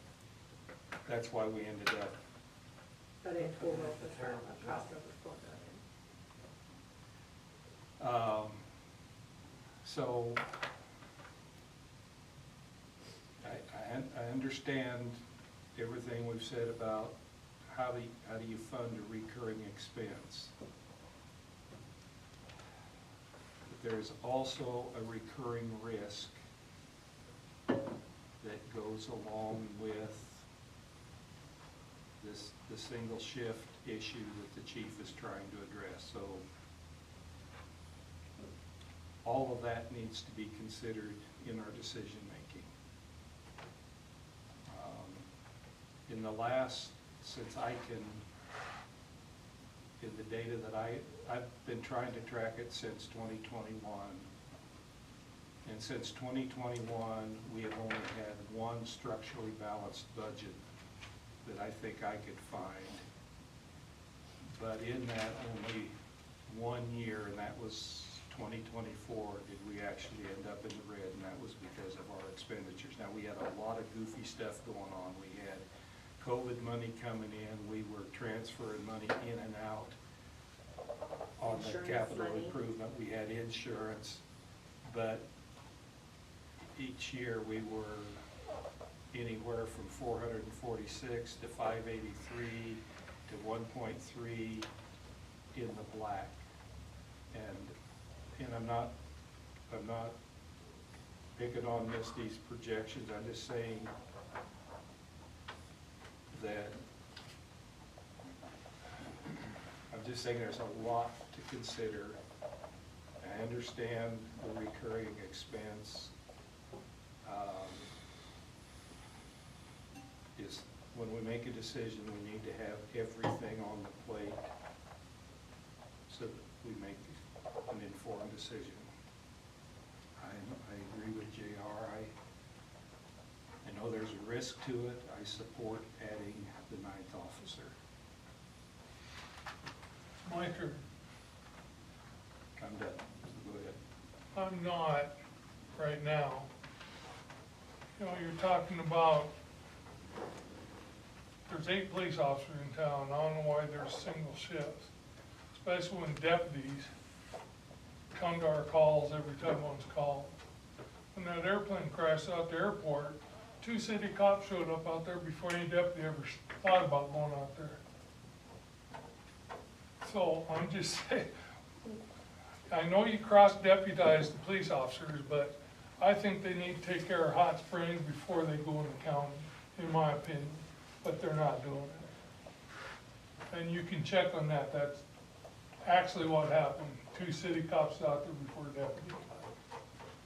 And to me, they need to take care of Hot Springs.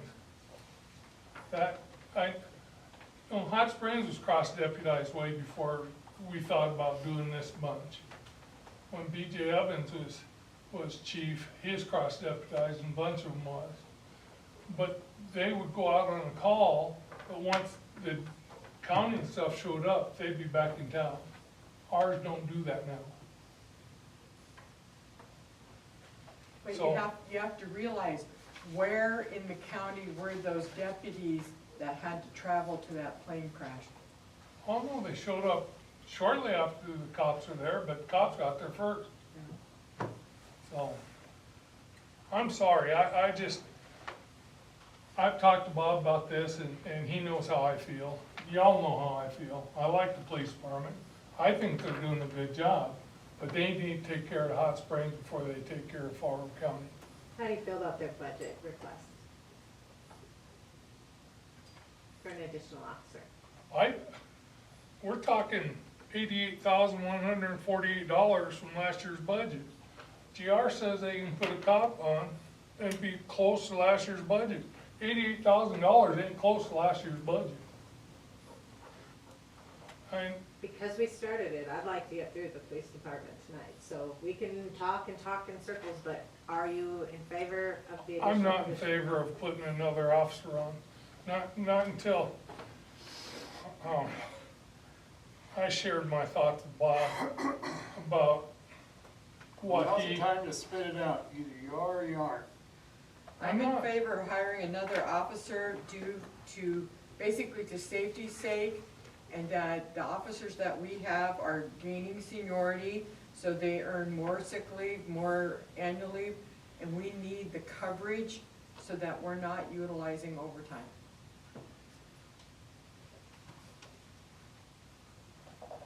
And I am not for it for the simple fact that we're, just like Bill just said, we were $250,000 in the hole last year.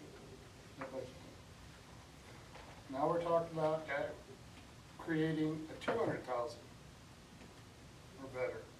And we all know it's gonna be better. So 125. why not go one more year? It's 125. Not if you add 97,000 to it. No, it's already in there. It's It's already- 125 with it. But next year, where's the revenue gonna come for it? I am all Savings for again. getting us a balanced budget and getting us financially healthy. One more year. That's what I'm for. Thank And you. it's not that I don't appreciate everything the police department does. Half my family's in either medical or police. But if I'm gonna sit on here, and I know, and I've talked to many people who are selling their homes just for the simple fact that they can't afford to pay their taxes. Their homes are paid off. And to me, that is sad in itself, but to start asking, and we've already know what we're looking at as far as the sewer department goes, what we want in the water department, so let's be realistic here. We can't swing it. We are not gonna build ourselves back up by adding 50,000, 100,000. It doesn't make any sense. So, So we've heard from for this fiscal budget we're talking about, I would not vote yes for an additional police officer. So we've heard from 4 of you. How about those of you we haven't heard from yet? Can I make a comment real quick? Absolutely. Okay, I just wanted to comment on the overtime thing. So hiring a 9th officer doesn't automatically mean that overtime will go away. And nationally, agencies that add staff often still see overtime because of shift coverage gaps, court appearances, training, sick leave, and call-outs. So just to clarify that hiring another officer is not a guarantee that it's going to reduce overtime. It's just going to have one more person to pay while still incurring overtime. Thank you. I think we need to wait another year. As much, I love our police department, we worked really hard to get it to where it's at. I know they got a guy out on sick leave that is up, causing overtime.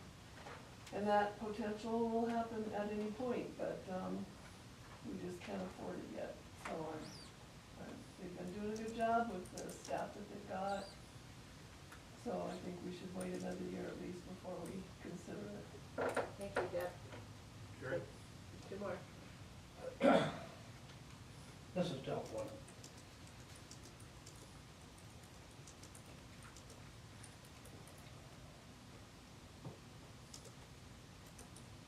Gary and Randy are left.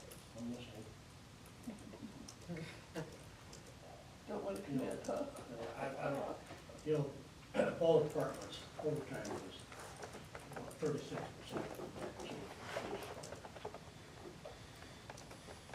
And in talking to Bill, I would not be comfortable out there myself making a single officer stop some of this stuff. So I see the reason and the need for two people on duty at certain times of the day, for sure. And to ease the pain a little bit, the budget, I'm totally on board with everything Dave said too, totally on board.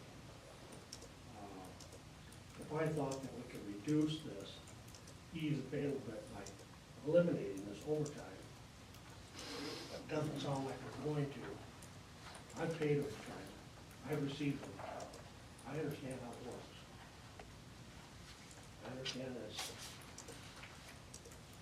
I understand how it works. And,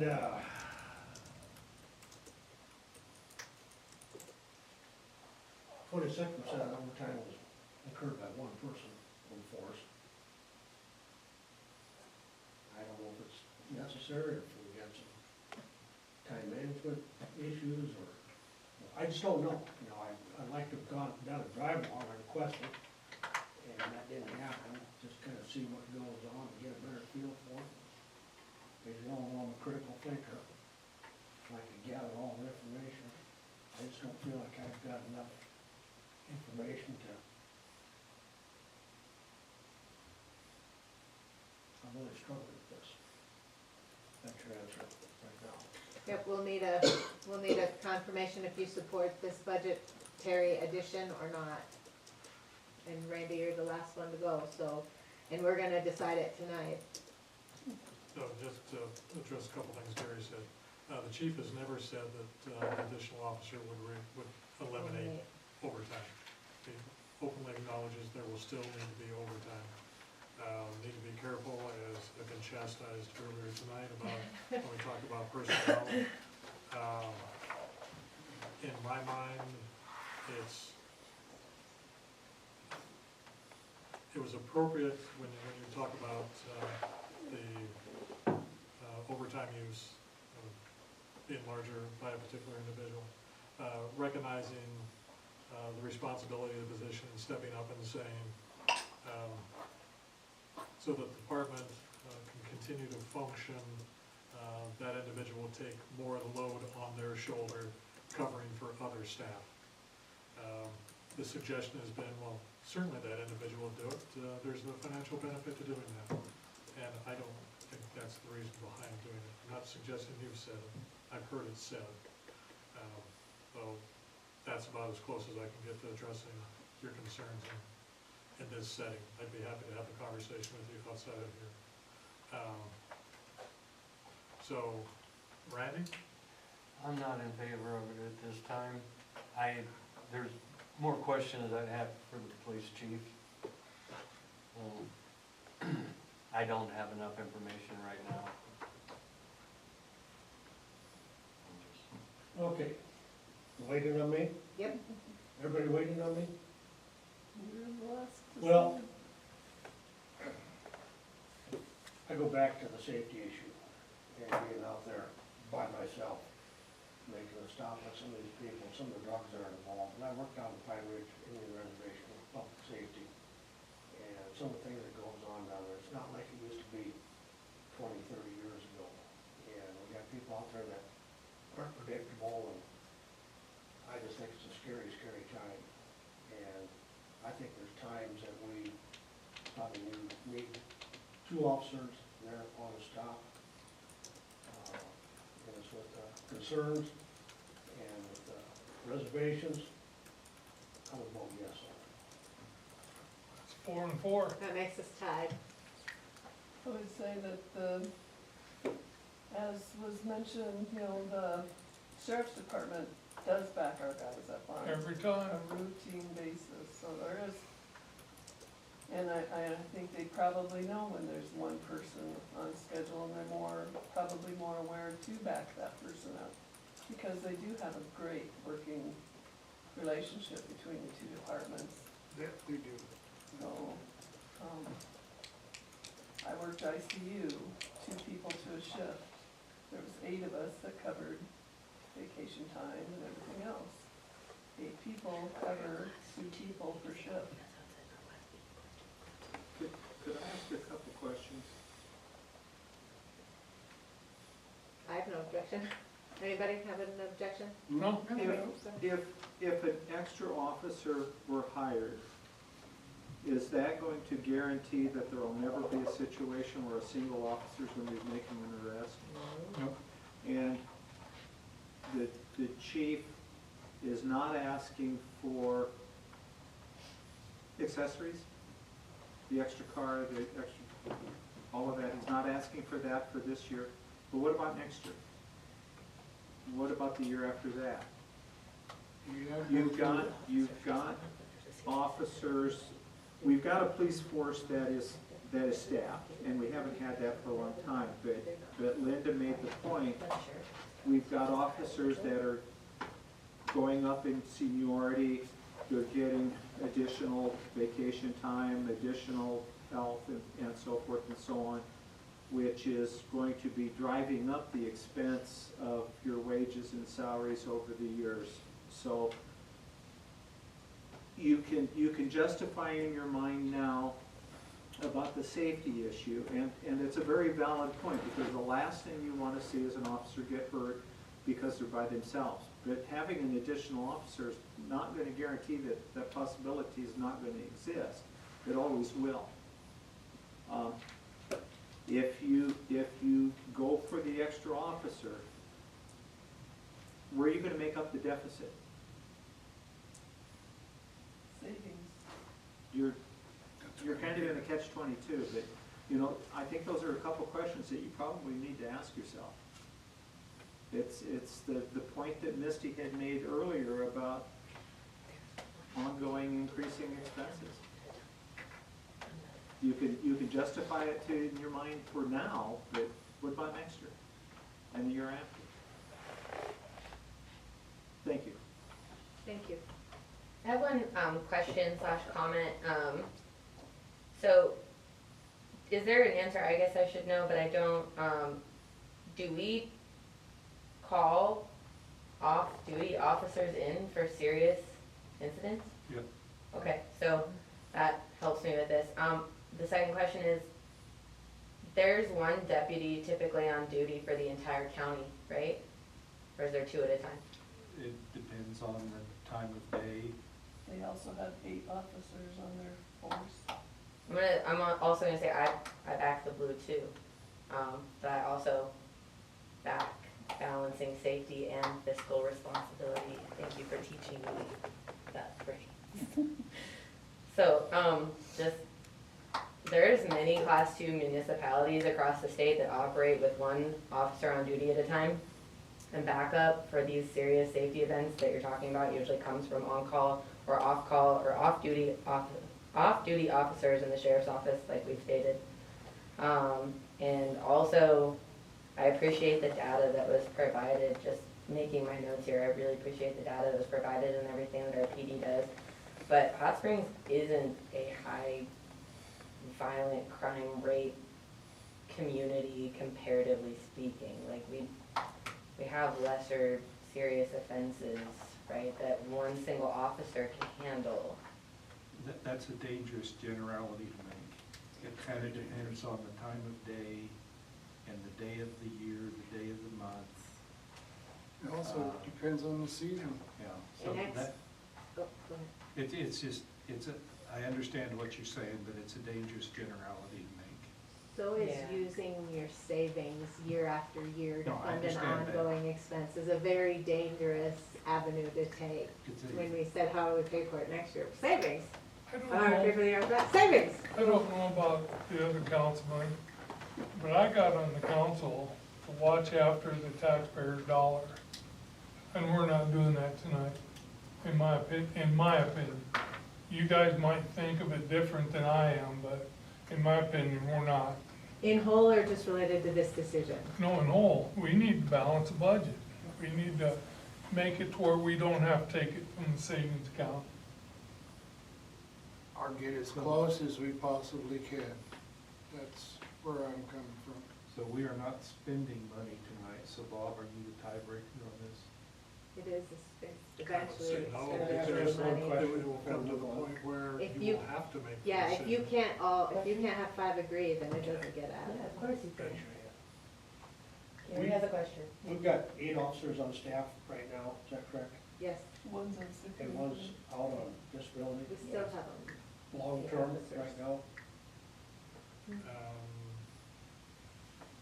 Really can't talk about Yeah, that. we have 8 officers that Okay, we we got budget 8 for. officers, so then, when that person returns, then we're gonna be at 9 off, we'd be at 9 No. officers. No, we're at 8. We're We have set. 8 on the payroll. He said when he returns, we'd be on 9. No, No. the new officer would be number 9. On the nine. Yeah, well, When this guy comes back, he's the eighth Still part of position. it. yeah. A new one would be 9. New one would be 9. I'd just like to address a couple of statements that have been made and ask council to be very careful making specific statements based on possibly inaccurate information. The statement was made, why did our police officers respond to the airport? Why didn't they stay in the city? Well, at the time they responded, I don't know. I expect the call came in that there was a crash at the airport. Well, the airport is part of the city. Why wouldn't they respond? The statement that the deputies always respond with our officers. They don't.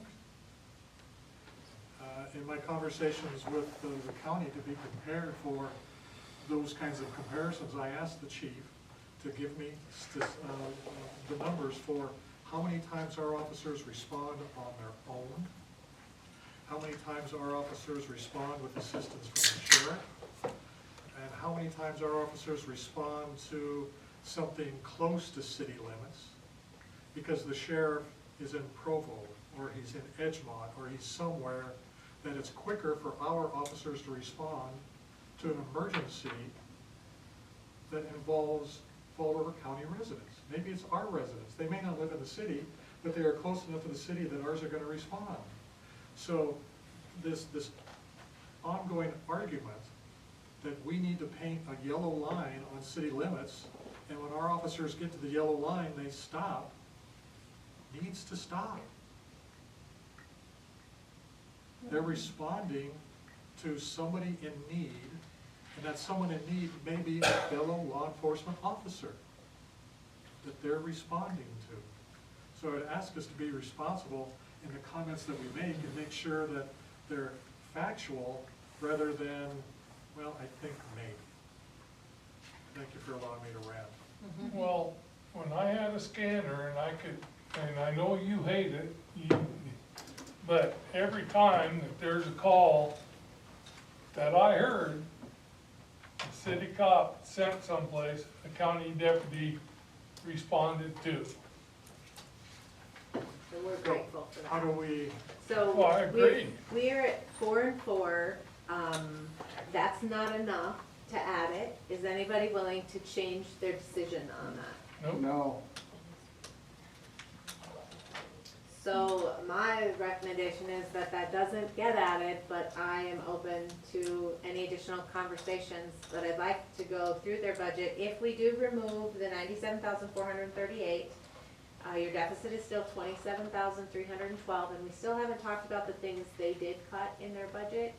So I'd like to get through the rest of it, but my impression is that there's not enough support to add this position in 2026.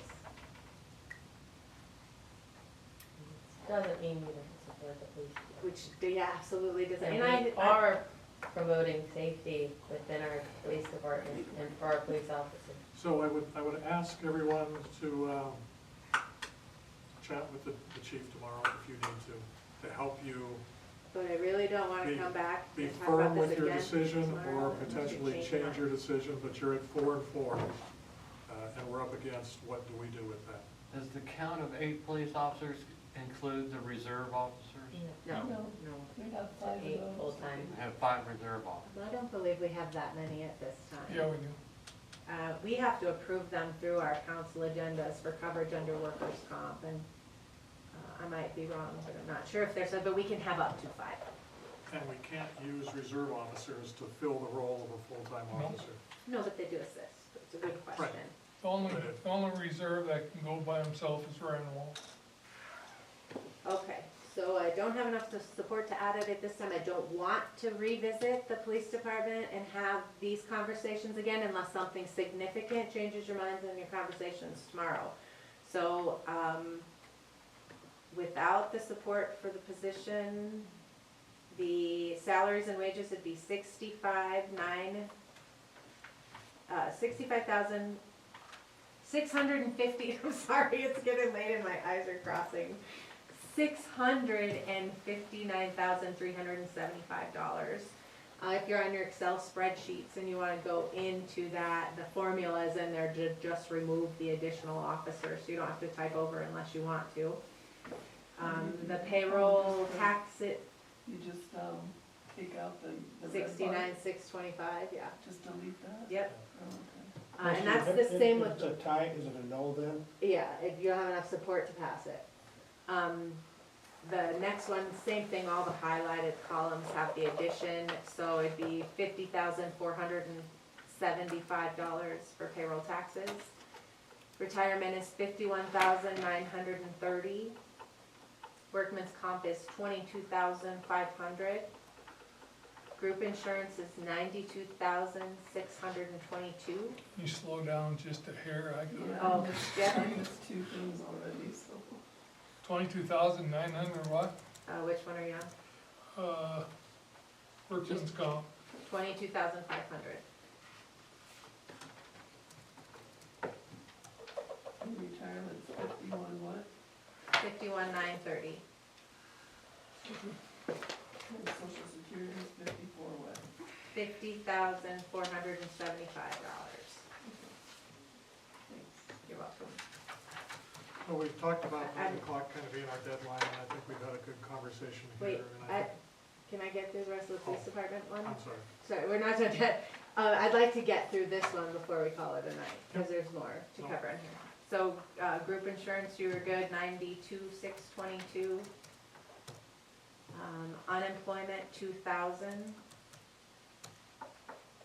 South Dakota Public Assurance Alliance, they're at 16,240. Services and fees, they're at 11,190. That's for Black Hills Technology, that's for office cleaning, that's for copier maintenance, that's for rugs for Serval, that's for patches, uniform alterations, drug testing, fire extinguisher testing, and shredding services. Vehicle repairs, they're at 20,000. That seems like a lot of money to me. If you look back historically, it's pretty consistent. They don't spend what they don't need, but if you don't budget for it now, you're gonna have to address it later if something happens. They seem to go through an engine a year almost.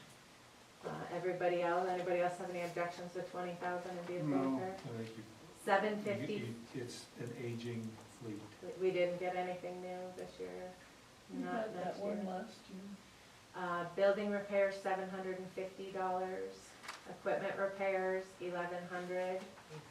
Supplies is at 10,000. They do but supplement their budget with an annual donation from Catherine Thompson. Clothing is at 9,000. Oh, sorry, clothing is at 6,900 when we remove the additional officer expenses. Janitorial supplies is 800. Gas, oil, and diesel is 20,000. Travel and conference is 8,400. They did remove 4,000 and added it to supplies for training supplies, so if you see the decrease, just know that that was allocated somewhere else. Telephone is 3,000, electricity is 4,500, cell phone is 7,000. The DARE program, here you'll see that expense. 7,000 flat, I'm sorry to Yep, interrupt you. cell phone is 7,000 flat. Please interrupt me, I don't mind. The DARE program is funded by donations. All expenses are offset by incoming donations or their equity balance, which is currently 2,800. We have nothing in machinery and equipment. In computer software, we have $12,820. That's for the Central Square Tech, AKA Zurcher software, 5,000. The in-car computer software, 6,000.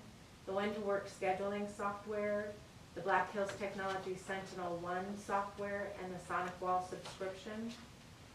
And then in principal payments, we're in year 4 of 5 for leases for the tasers and the body cameras, $14,450 for a total now of $1,016,052 for the police department.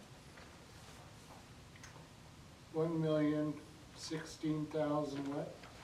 $52. That 9,000 for clothing, did that get changed? Clothing is $6,900. 69. Got a question for Jacqueline. Yes. The mayor wants the 4 of us to talk to the chief. We can't do it unless you or you give us permission. Yes, please talk to him. Okay. And Please be Gary, respectful of his time when you request his Gary? audience. You can't ride around with a police officer unless you ask one of these girls. They haven't asked me Oh, what time won't be. if you want to, they still have to give you permission. Thank you, Mayor, and I'm sorry to have interrupted you, but I wanted to get through this entire police department budget without the added officer. Your deficit in the general fund that we'll work on tomorrow night is $27,312. So tomorrow night, we'll come back to the police department, not to kick it around anymore, but to see if the conversation from the 4 folks who aren't supportive of the position with the chief, strongly ask you to talk with the chief, see if it changes your mind. I just think it sends a better message if we're on board or we're not on board rather than deadlocked. But if you feel very strongly that you're deadlocked, I respect that also. Just want to give you another chance to see if there's some question that you're still waiting to have answered that may change your mind. Just so everybody knows, I do support the police You department. do know that. Fiscally, I'm taking that more serious this go around. So, with that, can I get a motion to adjourn? Make a motion to adjourn. All in favor? Aye. Opposed? I just gave one the motion and one the second, since they said it at the same time. I always make a